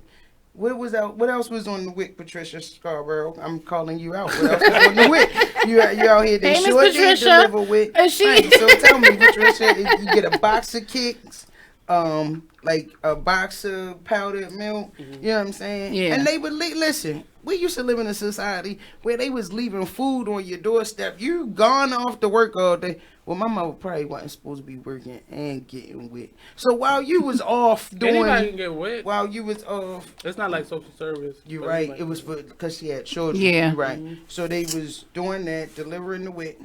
And that's how you got milk crates. Right. Now, you were supposed to put the crate back outside. So when but by the time they came back, your brother had already, like, ripped the bottom out of it and put it up on the tree in the back to make it basketball hoop. So you gotta do better. You didn't get that crate back. You didn't get that. Yeah, no. That's why they make you go get it now, because all the crates they missing.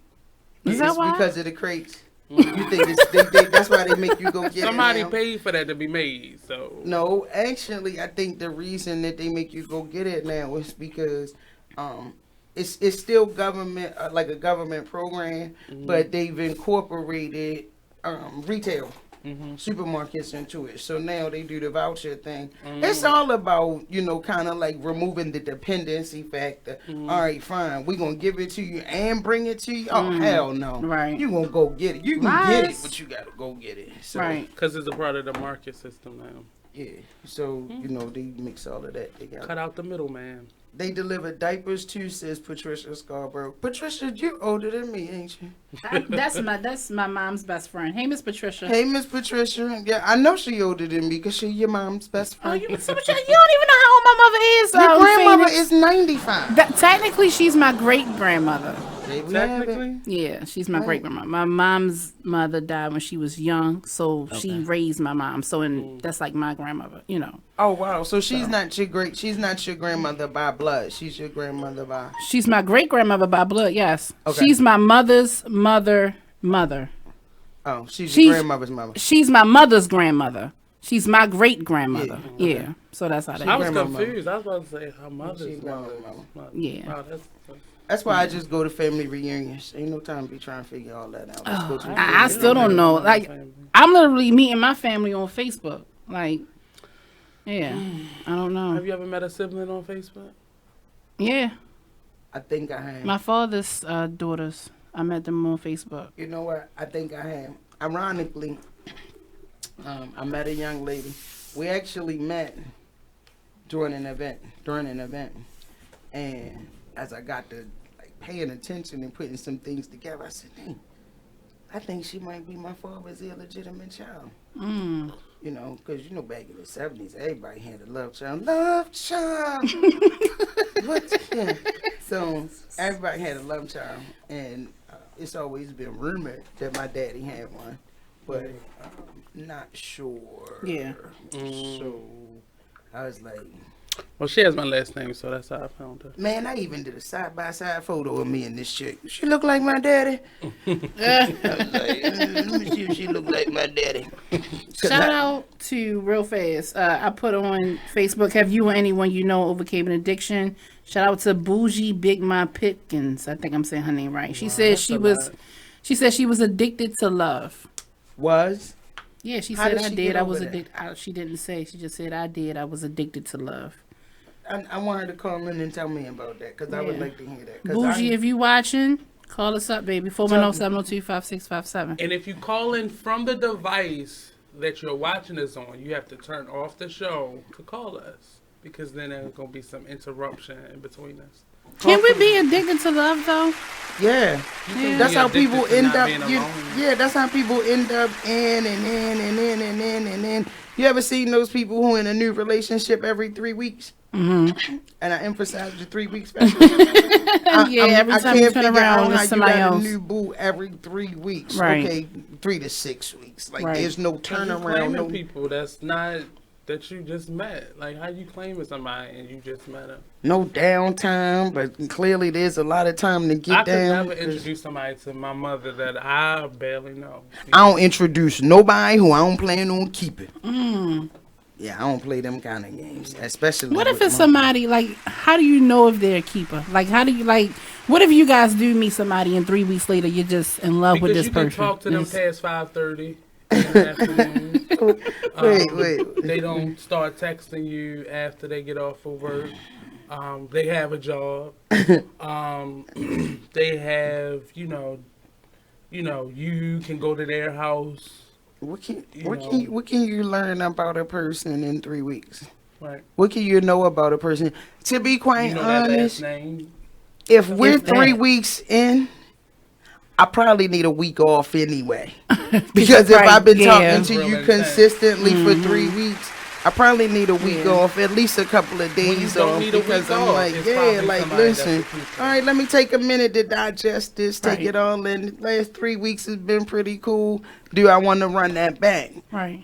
So then it's like, all right, we're going to run it back and see if we get the same result. Right. And then, then we can go 4 weeks. Right. I'm going to need 4 days off, And by off, I mean, if we've been talking daily, and I now know. First of all, let me say this: some things matter to me. Mm-hmm. We're not going to be 7 months in, and you haven't asked me when my birthday is. You don't want to know? Because my birthday could be approaching. Yeah, that's true. My birthday could be approaching. Let's start there. And that's why I really, as a young person, I miss those times when you meet somebody and then you talk to them. And you asking all them juvenile questions, but they matter. Yeah, and you spend like 12 hours straight on the phone. Like I really do miss that. I absolutely miss that. How would you guys feel if somebody asked you to be their side piece? Would you feel offended? What that money do? Oh yes, what that money do? What is looking like? Like what is looking like? I mean, define side. Define side is okay. The right side, the left side, side the would west be, side, the east side. like you just, you're just somebody who you're not wifey. But if they ask you to be, to be their well, first side and piece. foremost, let me say that's just flat out fucking disrespectful. It is, right? Yeah, it's thoroughly disrespectful. I'm gonna be totally honest. At the end of the day, it's thoroughly disrespectful. Period. Like you can't. You're basically asking somebody, hey, if you're like, hey, I'm gonna stay in my relationship. I'm gonna do me, but I'm gonna do you when I'm ready. Yeah. Yeah. You would ask that? Right. That's crazy. Right. And you would respond to that. Would I respond to that? Yeah. Somebody asked you that. Shut up. Somebody asked you that, didn't they? I know somebody asked you that. That's why somebody I asked you. That's why. Right. Let me tell you something. Tell them call up. 410. I can't let all my tea out. 702-5657. I can't spill my own tea. Listen. Tell them I'm selfish, no side piece over here. That's what your mama's best friend said. Oh, yes, Patricia, she's selfish, no side piece over here. I don't even share my food. So I know I'm not going to share my piece of wood. Yeah, I think you're right. I think that's completely disrespectful to ask. It is disrespectful, but we're at a time. We're at a time in society where people are okay being unfiltered. And the sad reality is we do need to get back to being just a bit more filtered, just a bit more censored, tactful in how we present things. Would you appreciate the fact that the guy asks instead of you finding out that you're the side piece? Like, would you kind of like No, that's disrespectful that you would even ask me what I want to be a side piece. Yeah, that's Like, what Phoenix just said. Yeah. That is playing on my insecurities, or listen, it's either playing on my insecurities because you've made them very, like they present well, or that is playing on my intelligence. Yeah. Neither of which you're gonna do. Don't insult my intelligence. But you got some girls who's down for that. Like they'll be like, sure. It's a lot of girls who's down for that. You just can't be down for it and be on Be Exposed Radio. And That's not me. Like tomorrow. I'm just asking for a friend. I'm asking for a friend. Tomorrow, you're only You never accept anything like that because they'll never respect you. Nelly said, Nelly, the rapper, said that I am number one. Two is not a winner, and three nobody I was just remembers. telling my little sister so that. it's almost like the minute you say I'm willing to beat you, I'm a loser. The song is number one. It's called number one. Am number one. Yeah. 2 is not a winner, and 3 nobody remembers. That's true. And that's the truth. What if you don't want to be wifey though? Like, what if it's just just because you don't? First of all, let me say, what the fuck is wifey?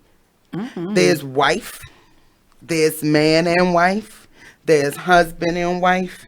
But what is wifey? Because when you start calling on wifey, you basically saying you got wife duties. Is that what that is? No. You basically saying there is room for other people on this roster. Oh, okay. Yeah, you wifey. You're like a wife for somebody else to me. Right. But you're wife material. You're doing wife things. Right. But just ain't Joanne fabrics. So you can be wife material for somebody else.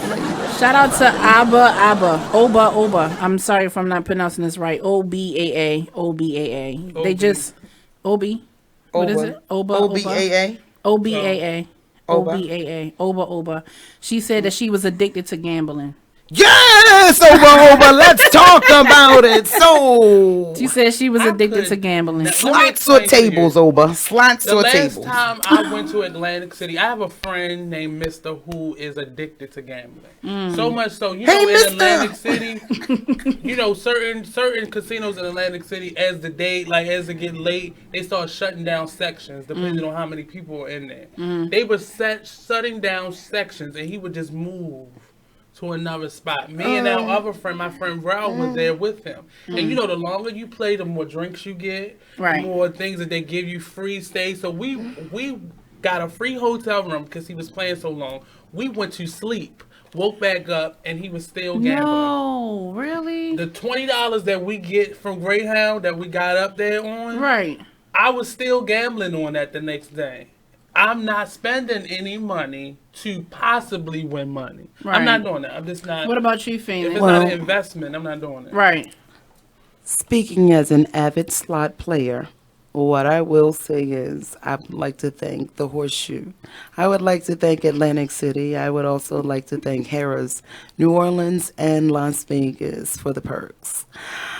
When it comes to gambling, do you win? Listen.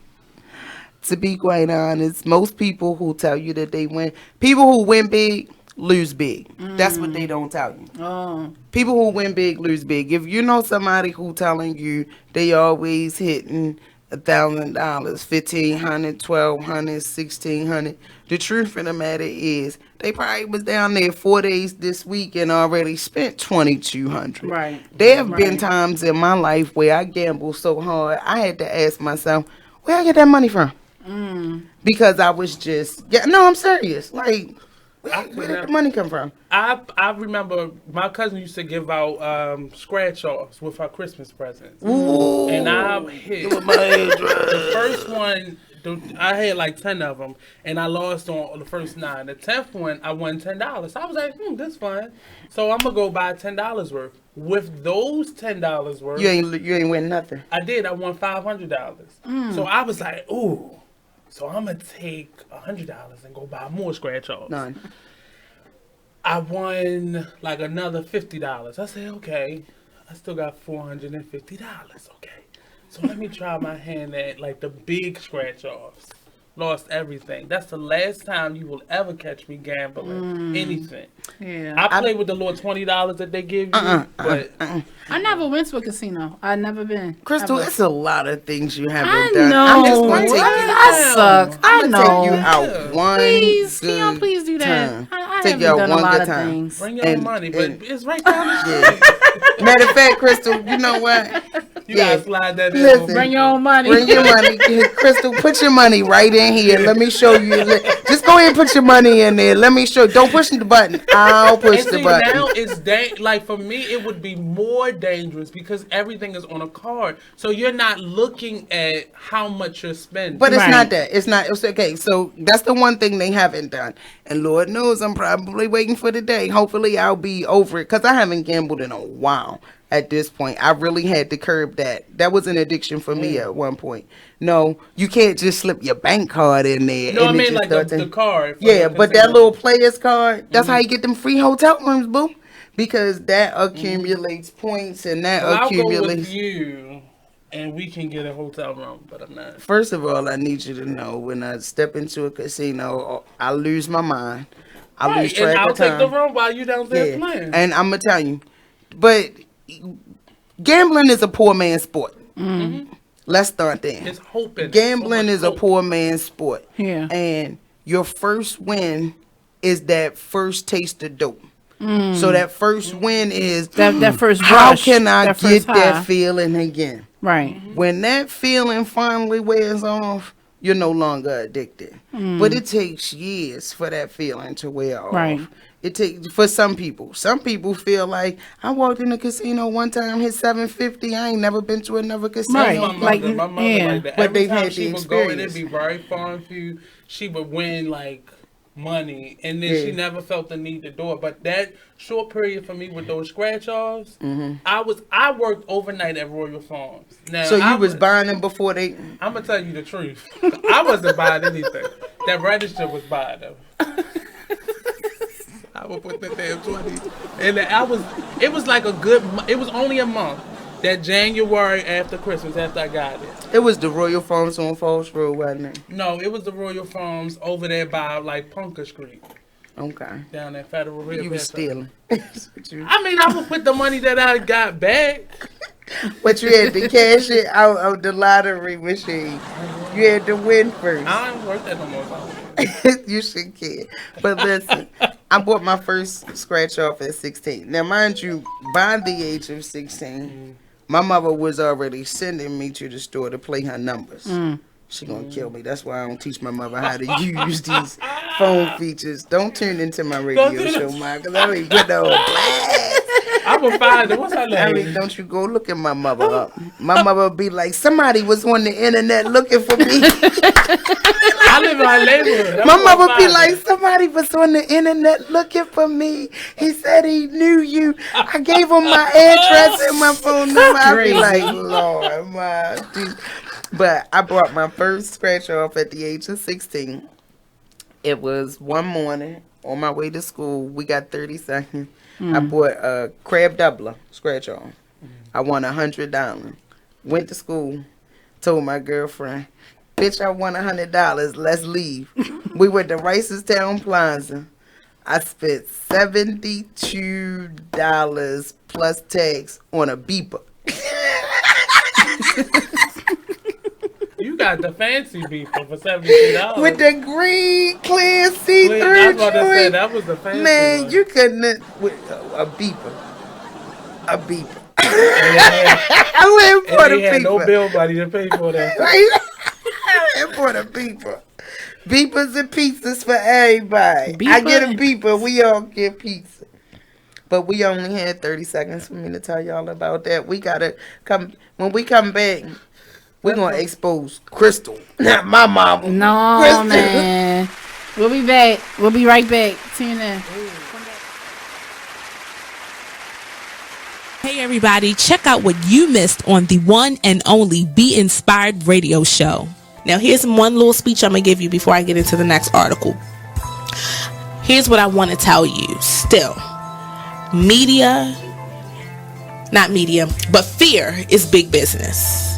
Fear is big business. I'm not telling you not to be alarmed by what you're seeing. I'm not telling you not to be concerned. What I'm saying is not to buy into the notion that we should be afraid. You should be informed. You should be aware. You should start educating yourself about some things. I don't have the solutions. I don't have the answer. I wish I could say that if you did X, Y, and Z, you might not get shot by the police. I wish I could tell you that, but I can't. But what I can say is just start making yourself aware of what's going on, but don't be so consumed by what you're seeing that you become afraid, that you don't want to go out. Or you become numb. That's a good point, Nate. Nate said, or you become numb to it, like you just don't care. So we need you to just continue to be in touch with what's going on, but educate your family, talk to your sons, talk to your daughters, because it's not just limited to men. We know from Sandra Bland, she was a young woman who was killed. And we don't want to say, we don't know all the details behind what happened. No, the fact is that person's life still matters. They still have rights. They should not just be killed dead before they even get a trial. Okay, that's the point. They deserve a trial at least, but they can't even make it to the jail cell to get a trial to be tried. They're being killed even before arrest. Terrible. So that's my soapbox. Tune in to Be Inspired every Wednesday live at 7 p.m. right here on BeExposedRadio.com. You are listening to BeExposedRadio.com.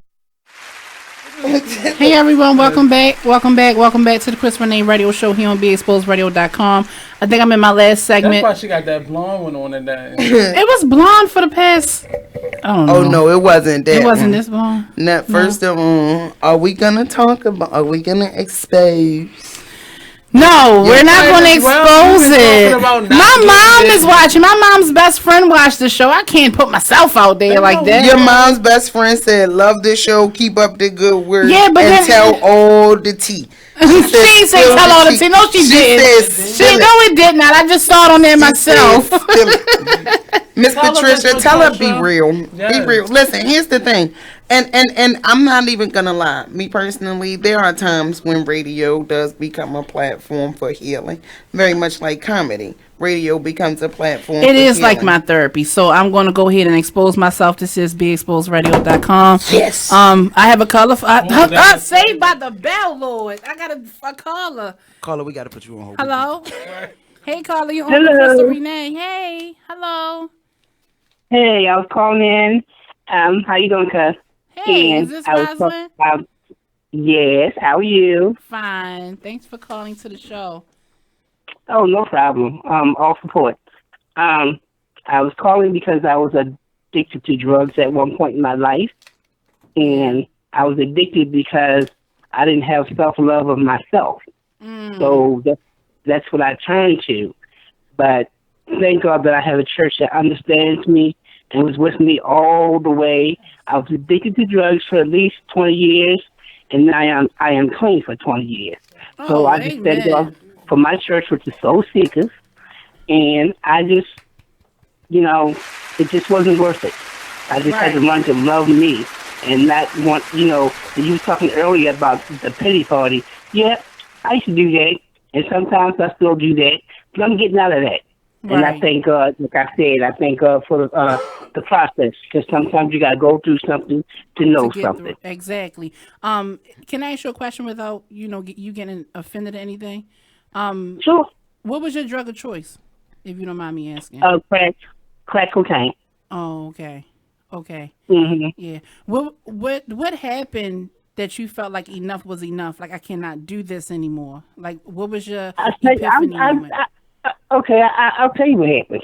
I was out there and I was just doing drugs. I was just doing it. And then one day I came home from an all-night thing or whatever, and in my sleep I could feel myself seizing and having seizures and all this and all that. And when I woke up, I had a stroke. Oh, wow. Yeah, wow. That's from drugs. And so I said to myself, you know what, Lord, like we all do, if you take this from me, I will never go out there again. And here it is 20 years later, and I've never been out there again. Amen. Amen. Yeah, we give you a real round of applause for that. Congratulations to you, and I'm glad that you found sobriety.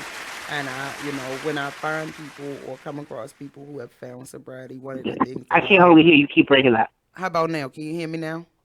Yes. All right. Congratulations on your sobriety. And one of the things that I'm always mindful of, or one of the things that I'm always asking when people have found Thank you. I appreciate you. Not a problem. Is do you sponsor because a lot of times people who are seeking sobriety, and I know this from being in the field, a lot of times people who are seeking sobriety, they don't want the stigma, or they don't want to kind of connect with somebody who's visible, like right in their face. So if you'd be so kind as to leave, and you can leave it with the engineer when we get off the phone. If you're leaving your name and number, if you're open to sponsoring, I have quite a few people who are looking for sponsors. Yes, I would like that, because a lot of times, people don't want to do it through the groups. Yeah, well, I didn't get clean through the group. Mm-hmm. I didn't go to rehab or anything like that. I went straight to Jesus. Oh, right. That's what I do. Yeah. Self-help. That's what and some people are not strong enough to do that. But just like I said, I had a church family that loved me so much that they helped me through it. Yes. So I mean, it's not, you don't have to have a church. You can have people that you really look up to, and and they'll help you. But you have to ask for the help. And like I was just saying, sometimes you're so proud, like I could do this by myself, and no, I didn't know I could do it by myself, but I did, and I thank God that I did. So yes, I would love take my name, take my number.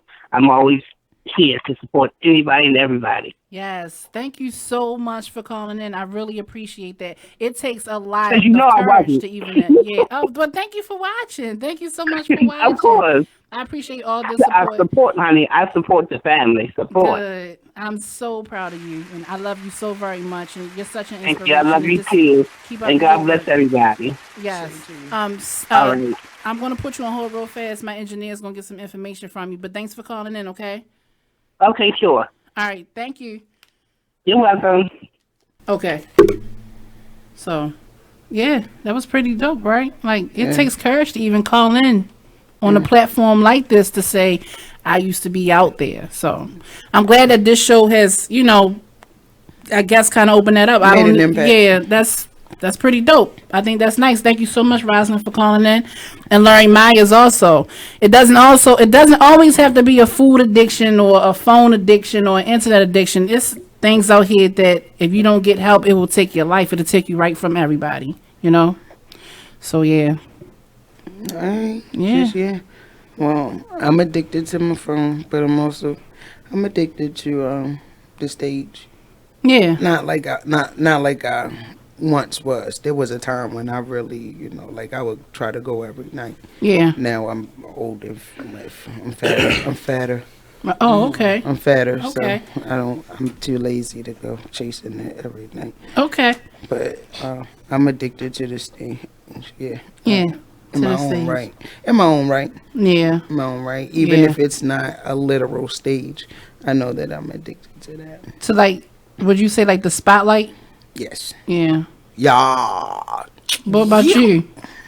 My addiction is besides the burgers. Well, I'm not I eat, but I don't have to eat. I just like cheeseburgers. That's just I like them. I grew up McDonald's. That was like cheeseburgers. Right. So I think mine is more so helping people, and I help people to the point where it takes away from me, and not even in a selfish way, but more so just I don't pay attention to my stuff. Yeah. So much so that I put myself in something that's not fueling me or feeding me or helping me, and it actually begins to hurt me. When you say you're addicted to helping people, you think that's more so of a bad thing or a good thing? It could be a bad thing. It's harmful. Naturally in me to be a very helpful person. Yeah. And I'll put my needs and my wants to the side to help somebody who's not helping themselves. And then I begin to carry the burden for that person. And they walked away. and I'm still doing whatever that job is. Wow. That head hold their bag. Yeah. It's crazy. So if I had to name an addiction that I could say on air, I would say that's what it is. Is this my last segment? That's it after this 30 seconds? Tis it. Everyone, this was the Krystal Renee Radio Show. Once again, I want to thank Mr. Larry Myers calling all the way from Albany, New York to tell his story about how he lost 700 pounds. You can find him, like he said, on social media, Mr. Jello Cup on Instagram or Larry Myers on Facebook. Check this guy out. A couple more documentaries are coming out about him, so just be on the lookout for that. I want to give a special thanks to Rosalind Busey for calling in and saying what her addiction was. That right there took courage, and I love you for that, and just keep on pushing. Anything you guys want to say before I close out? No, but you can tell us what yours is. What, my addiction? Yeah, you can say it. I don't have an addiction. You can tell us your secret. My secret? Disclosing. My secret, BeExposedRadio.com, and mommy, cover your ears that I got some D this weekend. I got poked this weekend, finally. I ain't want to say it. And it was good. It was amazing. I don't know the next time I'll have some, though. Like, that's how I am with sex. Like, I probably just had it, and then I won't be a side chick. Everyone, this was the Krystal Renee Radio Show here on BeExposedRadio.com. Mommy, if you heard that, I'm sorry. Cover your ears next time. Thank you, everybody, for watching. Thanks for everybody who called in. I will be back, Lord's willing, next Monday at 5 p.m. Stay blessed. Love you all. Bye. We out.